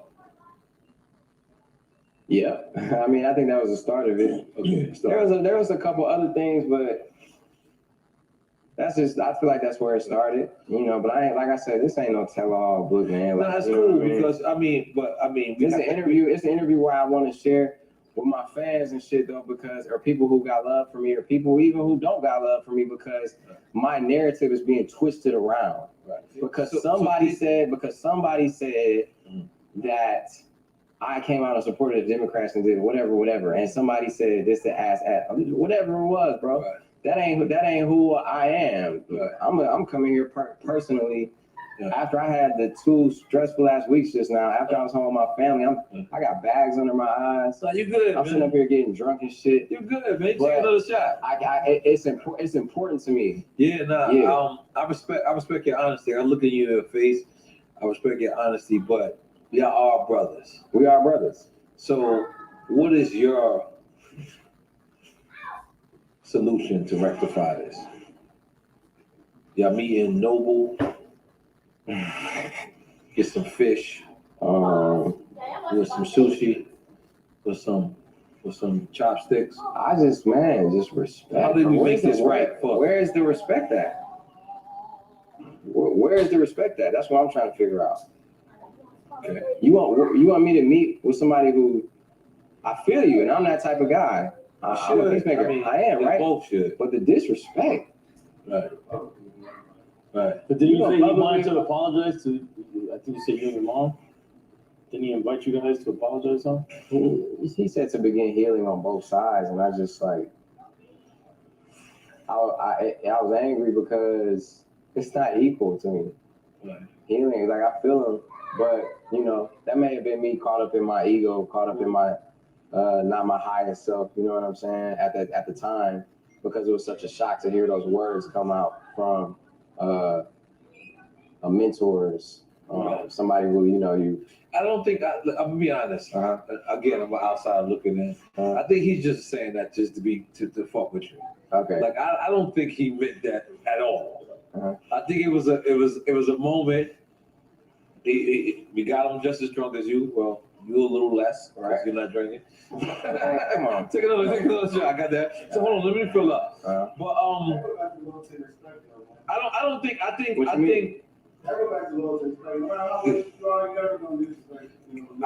agree. I agree. Man, he took me under like. Regardless if we don't agree and we have shit, I'm supposed to be his little brother to me. Right. And if he's supposed to be my OG, I need support too. Right. You know what I'm saying? And by the way, I did support him. Right. I publicly supported him. Right. I tweeted Kanye for president. Right. The things he was saying had no facts. Right. So that's what was like that. And I feel like a lot of the things he was saying, but that hit everybody's ear wrong. Right. You were like, okay, continue. Yeah, you were like, because nobody understood it. Nobody understood it. No. But like I said, bro, I didn't come up here to give a response to Kanye West. Right. I knew that was going to come up. But I came up here to have an interview with you because you had a problem with me too. Yeah, now you ready? All right, now you ready? Let me just tell you what happened. So you had an issue. I love. Let me tell you something. I was so I'm still a fan of you. I went and I bought a record to you. I'm gonna show you because you brought it to me. Yeah, I bought it to you. You gave me a CD. Yep. In New Jersey. What year was this? I don't know. It's in New Jersey. Mike Brinkley. Remember Mike Brinkley? You remember Mike Brinkley? See? Yeah. We there now. Yeah, Mike Brinks. My hands. Yeah. So I rung Mike Brinkley a CD and I gave it to him. I said, listen. And all I wanted from you, I was just like, wanted you to tell me, listen, man, I don't like the record or whatever. I just found no communication. I gave you my number. On the CD? Yeah, and you was on the show with Sean Chris. Okay, see? Okay, so this is 2011. Yeah, we did. Was it that far back? I thought it was like 2014. I believe him because he's sharp. Now hold up. Again? What do you remember? Remember what year you started Dream Champs? You remember what year? 2016. Yeah. So this is the reason why when you see me, that was before that. Yeah. So that was it, pretty much. I felt like you fronted on me. I like out of everyone I ever did a. You remember what year it was? Okay, yeah. It was like 2012, right? Okay. Sean Chris. That sounds about it was 2012. Something. Yeah. Right, so that's 14. So I gave you a CD. I thought we was great. I just never heard from you again. So that was the thing was like I don't mind. Like I'm a fucking artist. Like you call me and say I don't like the record.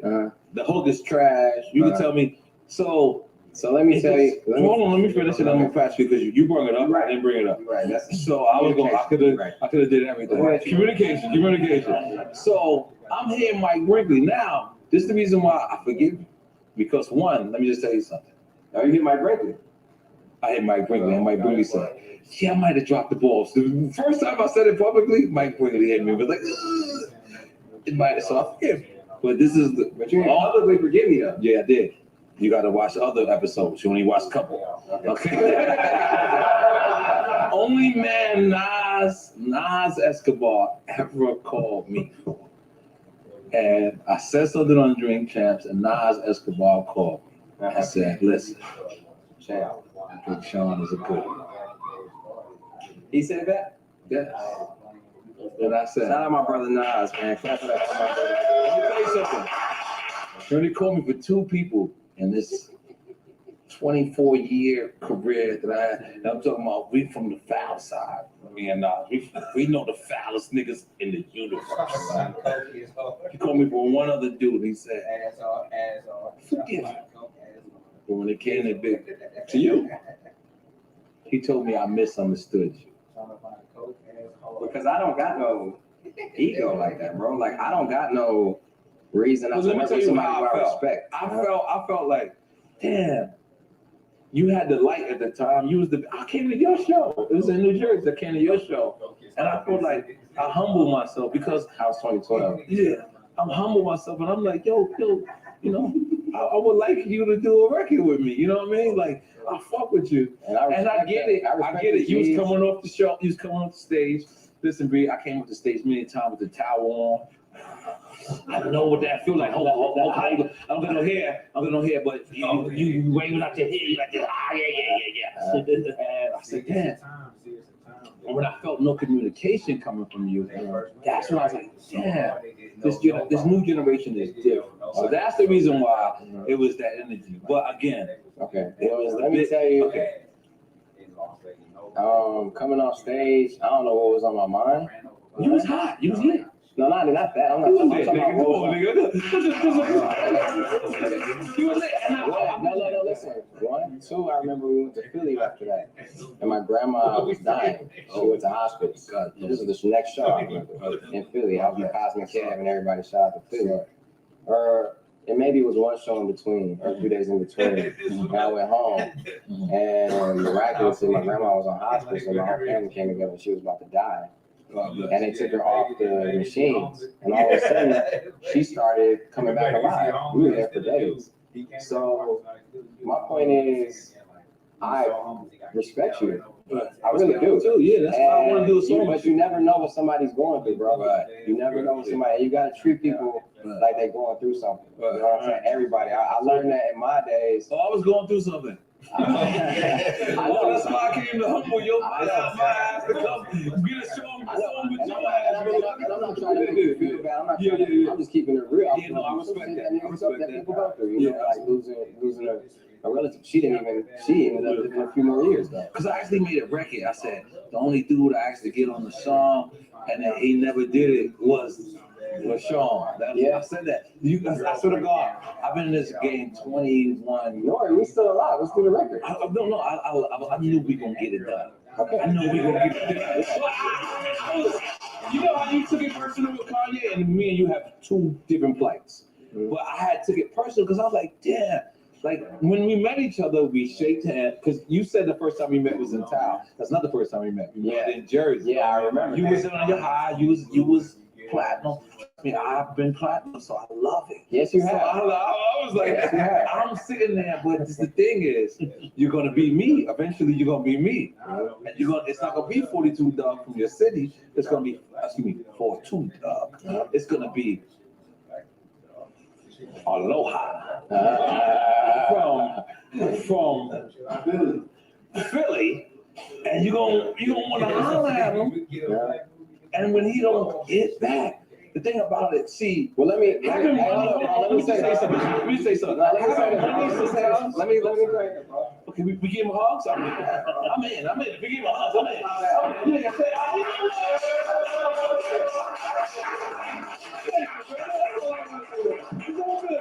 You know, let me just say something, because when you were older, statesman in this game, that's all you need money. It's just like you were a young homie. Whatever you did, regardless of what I was going through, though, you're right. Not you, but I'm saying in general, I always look at young homies. I'm like, yo, what's up, bro? You know, dude, they'll be looking at me, and I'm like, everything you did, I actually did. Just, you know, my wife was right there, but we was figure popping early. Yes, we was outside. I did everything. So sometimes, and the thing about it is, this is the worst thing ever, right? It's when you floating and you winning your life, but you want to come down and you want to holler at somebody, and they look at not you. I'm not saying you in particular. But I'm saying, I can't say who asked me the other day, but they asked me, they said, can you speak to Travis? Man, you gotta say it, man. All this fucking shit I've been saying, say what it is. Yeah. Well, because this is really, so they say, speak to Travis. And I said, speak to Travis. And I was scared to reach out to Travis because I didn't know if Travis would respond or even respect who I am. I don't even know. But then I had to think about it. The last time I seen Travis, in Puff Party, and he looked at me and he at the house and he hit me with his braids. You were like that. I said, this shit just hit me. I said, oh shit. He said, yo, can I be on drink chats? I said, holy shit, Travis, okay. My fault. The same way, like I love what you just did. I love that because I was gonna say I was, but I really was fucking with you, and then it turned me off because I said, "Damn, this young generation sometimes don't understand." Mm-hmm. And honestly, bro, I feel it, and regardless of whatever I had going on, it's like shit. I can honestly sit up here and say I'm a whole different person than I was then. I respect that. You know what I'm saying? I respect. I'm more Can of a we take man. a shot for that? Yeah, we gotta take a shot for that. All right, cool. And let me. I also want to say something. And I know we don't want to keep talking about this, but I want you and Ye to work this out. Because this is what this show is about. This show is about promoting Black Latino togetherness. None of us really knew what we was getting into. Like, I'm gonna be honest with you. I wanted to go to Jamaica, Queens.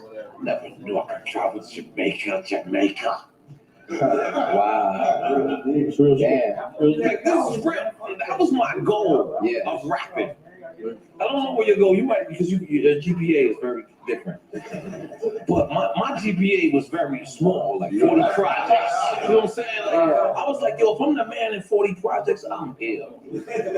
I'm the man in Left Rack already. Let me be the man in Queensbridge. But when I became the man in the world, it's like, you know, we're blessed. Yes, we're really, really blessed. Like, I really enjoyed when you ordered the water and the white girl came through with the Fiji water. That was so.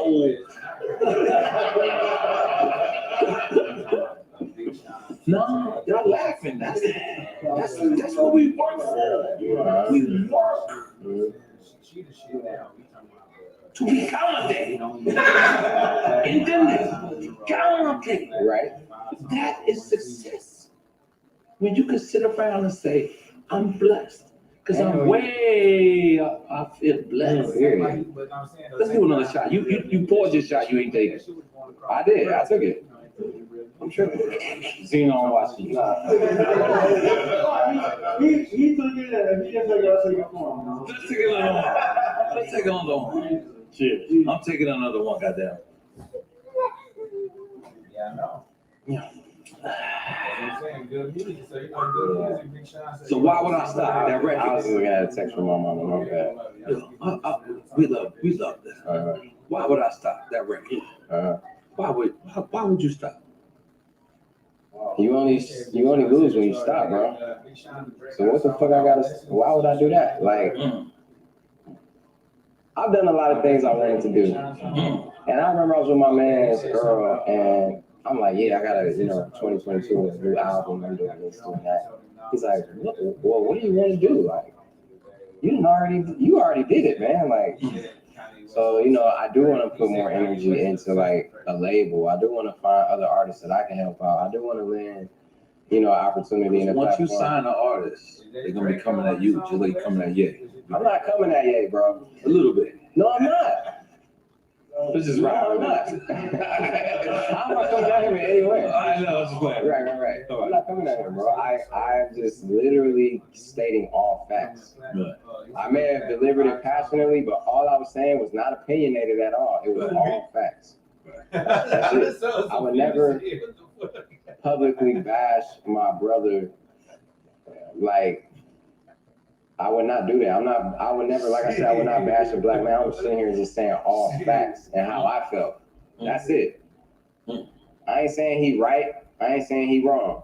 And if I did say that, it's because you had me drunk in this bitch. But how I really feel is that I'm just stating all facts because it was facts stated up here about me that was wrong. Facts. Got great. Got great. So let me ask you, what do you like more? Making a record or performing a record? I'm sorry, who put the RIP sign up there? I'm sorry, man. This doesn't sit right with me. I'm sorry, I don't know who the fuck. That wasn't here, man. Let me see that motherfucker. You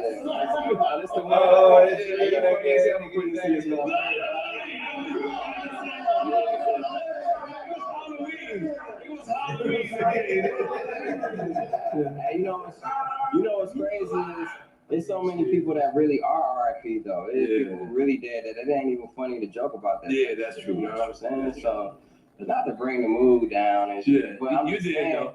Good. I did. You gotta take another shot. Yeah, okay, let's take another shot. So you know how they got the RIP thing? Let's leave it alone. No, yeah, I'm just looking at this shit. This man Unless you want to punch it. No, this man really picked this up and said that that's his worst decision. It was Halloween though. This is a different one. Probably his biggest investment he's ever made in music. Besides himself. Do we make noise for that? Yeah. I feel like we should make noise for that. But let's not front. It wasn't even because of music, bro. It was because of some bullshit that wasn't even true. He said it was some political bullshit. So fuck this shit. Fuck what he talking about.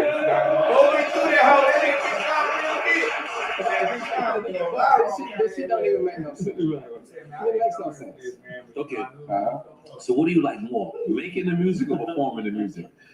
I don't care. Like I told everybody, man. Look, we had our dad, look. I like performing the music. I miss that too. One of my first major shows coming back up is gonna be Coachella and touring and all of that. I'm excited to get back to it. So I like performing it because when you make music, you know this. It's like some higher. You know, it's one of the most intimate things you can do in this universe. You're literally creating something from nothing. You know what I'm saying? You're pulling things that don't exist and putting it into a song, making a song. You know, producing a song. So. That's a crazy process when you think about it.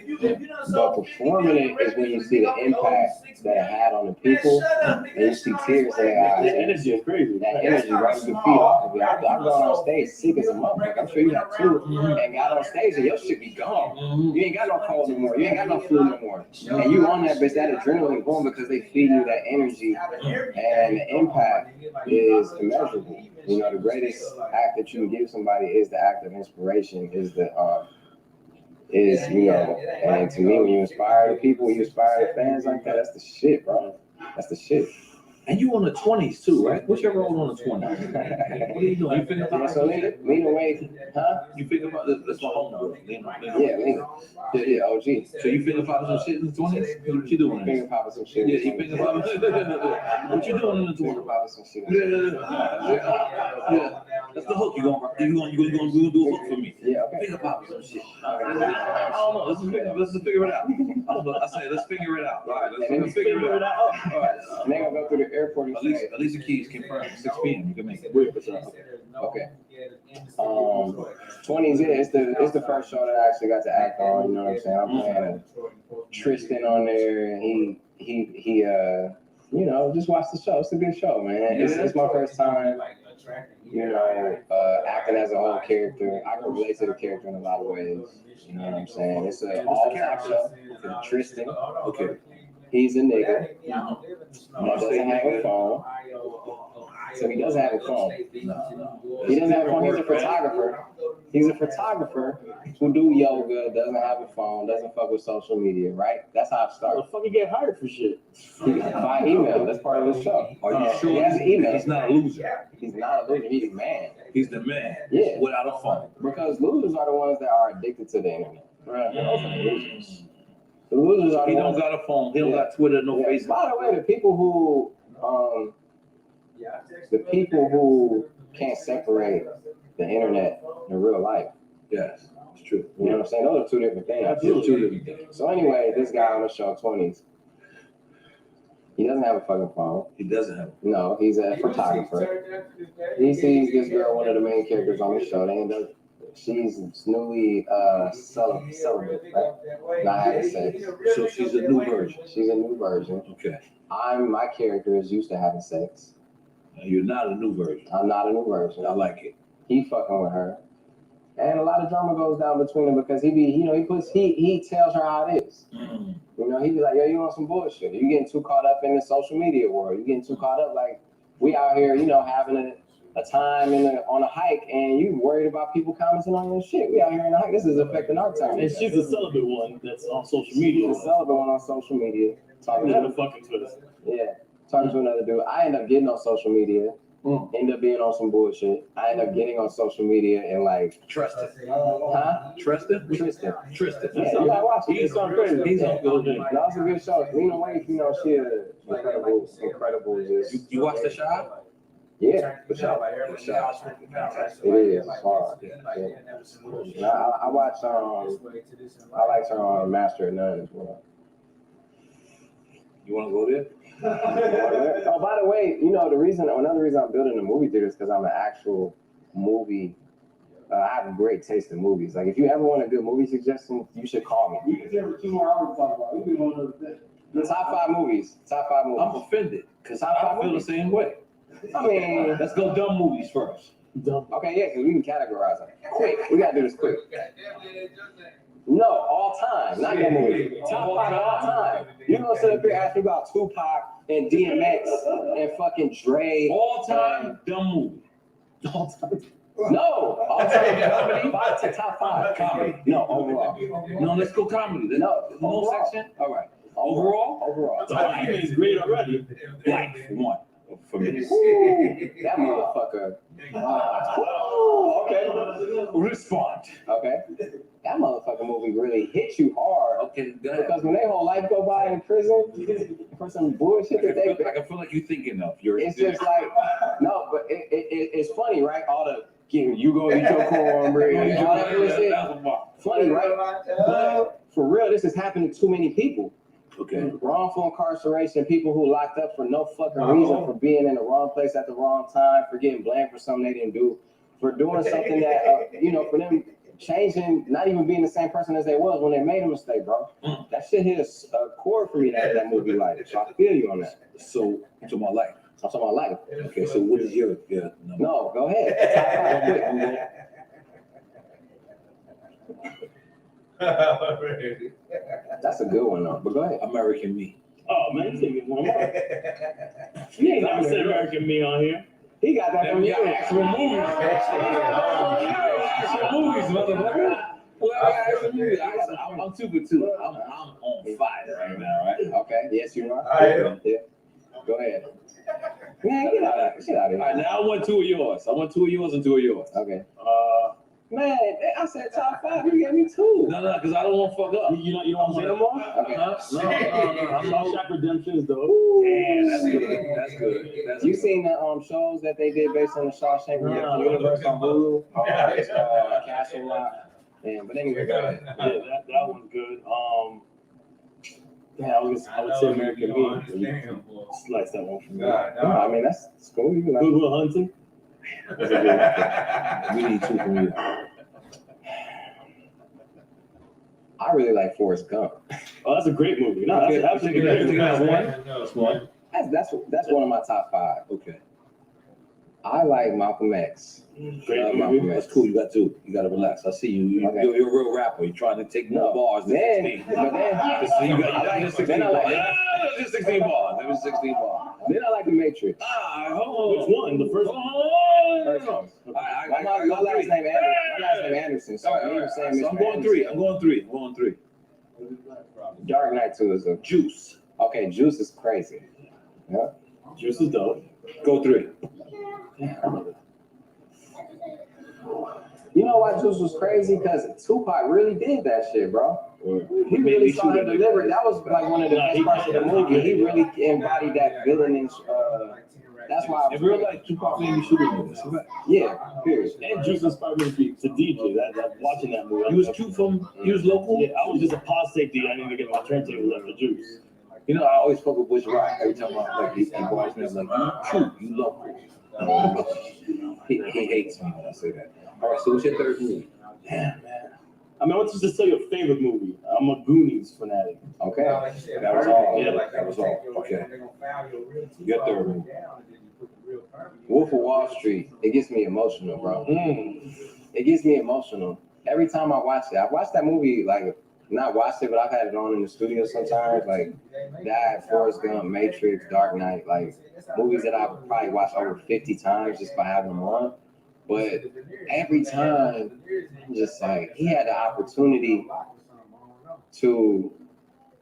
He fucked up so bad and had the opportunity to like preserve it all, pay the IRS off, get him off his back. All he had to do was just step down from the company and still could be a part of the company. And his ego got in the way.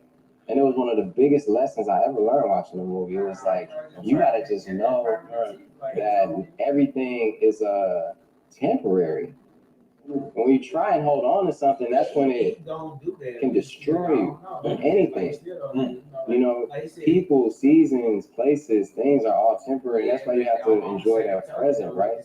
So that's what that movie taught me the most out of anything. I mean, of course, all the like the Quaaludes and shit, all the, you know, the turn him getting into the Lamborghini crazy.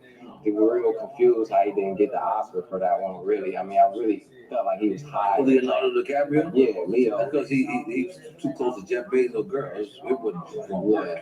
Yeah. I ran into him at a party one time. Jeff Bezos? Leo? Yeah, and he was telling me about... Be close to your girl? No. No, we are actually respectful. This is a joke. No, but he... See what he did to Jeff Bezos. Yeah. What was the movie he was in a while? Can't think of the name because you got me drunk as shit. Yeah. What, the one that he was by himself that was... Where he lost his son and Tom Hardy. That shit is crazy. That movie's crazy. No, it was The Revenant? That shit is dope. Is that what it was called? You sure? Yeah, probably. Revenant Woods. Yeah, that's fine. Yeah, that's what I'm talking about. Yeah, that's what's up. I don't know why I can't think of the title, but anyway, he was telling me that he was eating a liver in that bitch. And he's a vegan. Or vegetarian and vegan. He committed to that role. Well, I'm like, damn, that's fucked up, because they could have just made you eat like some beets or something that looked like a liver. He was like, man, they had me eating a liver, and I threw up in the scene, and I really threw up, and they kept it in the movie. And he was like, that was me throwing up. And I was like, Am I next? Yeah. Not so legal. Okay, Jack Black. Exactly. Jack Black is that motherfucker.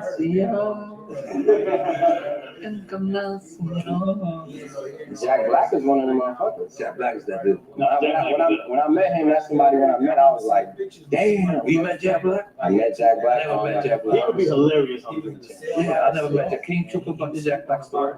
I met him on the first day. The first date I went on with Janae, I met Jack Black. I like how you keep talking about them. Yeah, I like she's amazing. because your face keeps lighting up. That's just speaking I'm going to. No, I mean, I'm just speaking facts. The first time I went on the date, I met Jack Black. Go ahead. Go ahead. My face like you even so do I. Okay. Yeah. That was and I met Jack Black at the Where Lakers was your game. eye? Lakers game. The Lakers game. Yeah. Oh shit. Yeah, the Lakers game. Right. Fifth one, we on our fifth? Friday is full. What about Friday? Of course. I think we need to go into genres though. Okay. Okay, you want what genre? No, I'm saying because It is. It revolutionized. How nobody said half baked? Half baked is ill. Half baked is that motherfucker. Half baked.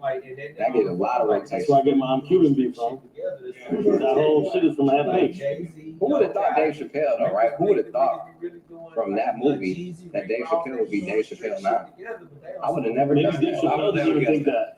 Yeah, I would have never guessed. he that nigga. I would have never guessed. He that nigga. Yeah, he really like the whole become. Yeah. Like you see, he had a show on Madison Square If he the whole, then who's Kevin Hart? Because you can't discount Kevin Hart. Kevin Hart that nigga. Kevin might be Eddie, man. He might be Eddie. No, you said he was the whole. Oh, I should have related to. He should have did this shit before Damn, he fucking me up. But see, he already made it to that level. Who knows? Whatever. He might be Nas. He might be Nazier. Nazier? You can't compare him. He did Dave Chappelle. He ain't motherfucking Kevin Hart. Them motherfuckers is legends. You know what I'm saying?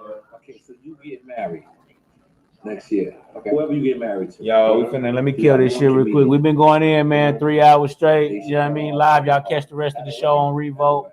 Y'all know what it is, man. The most hated. You know what I mean? We're gonna end this shit on you. One comedian at a wedding. Both's always Yeah, I welcome. mean, Y'all know what it is. the Fuck other with nigga me. can't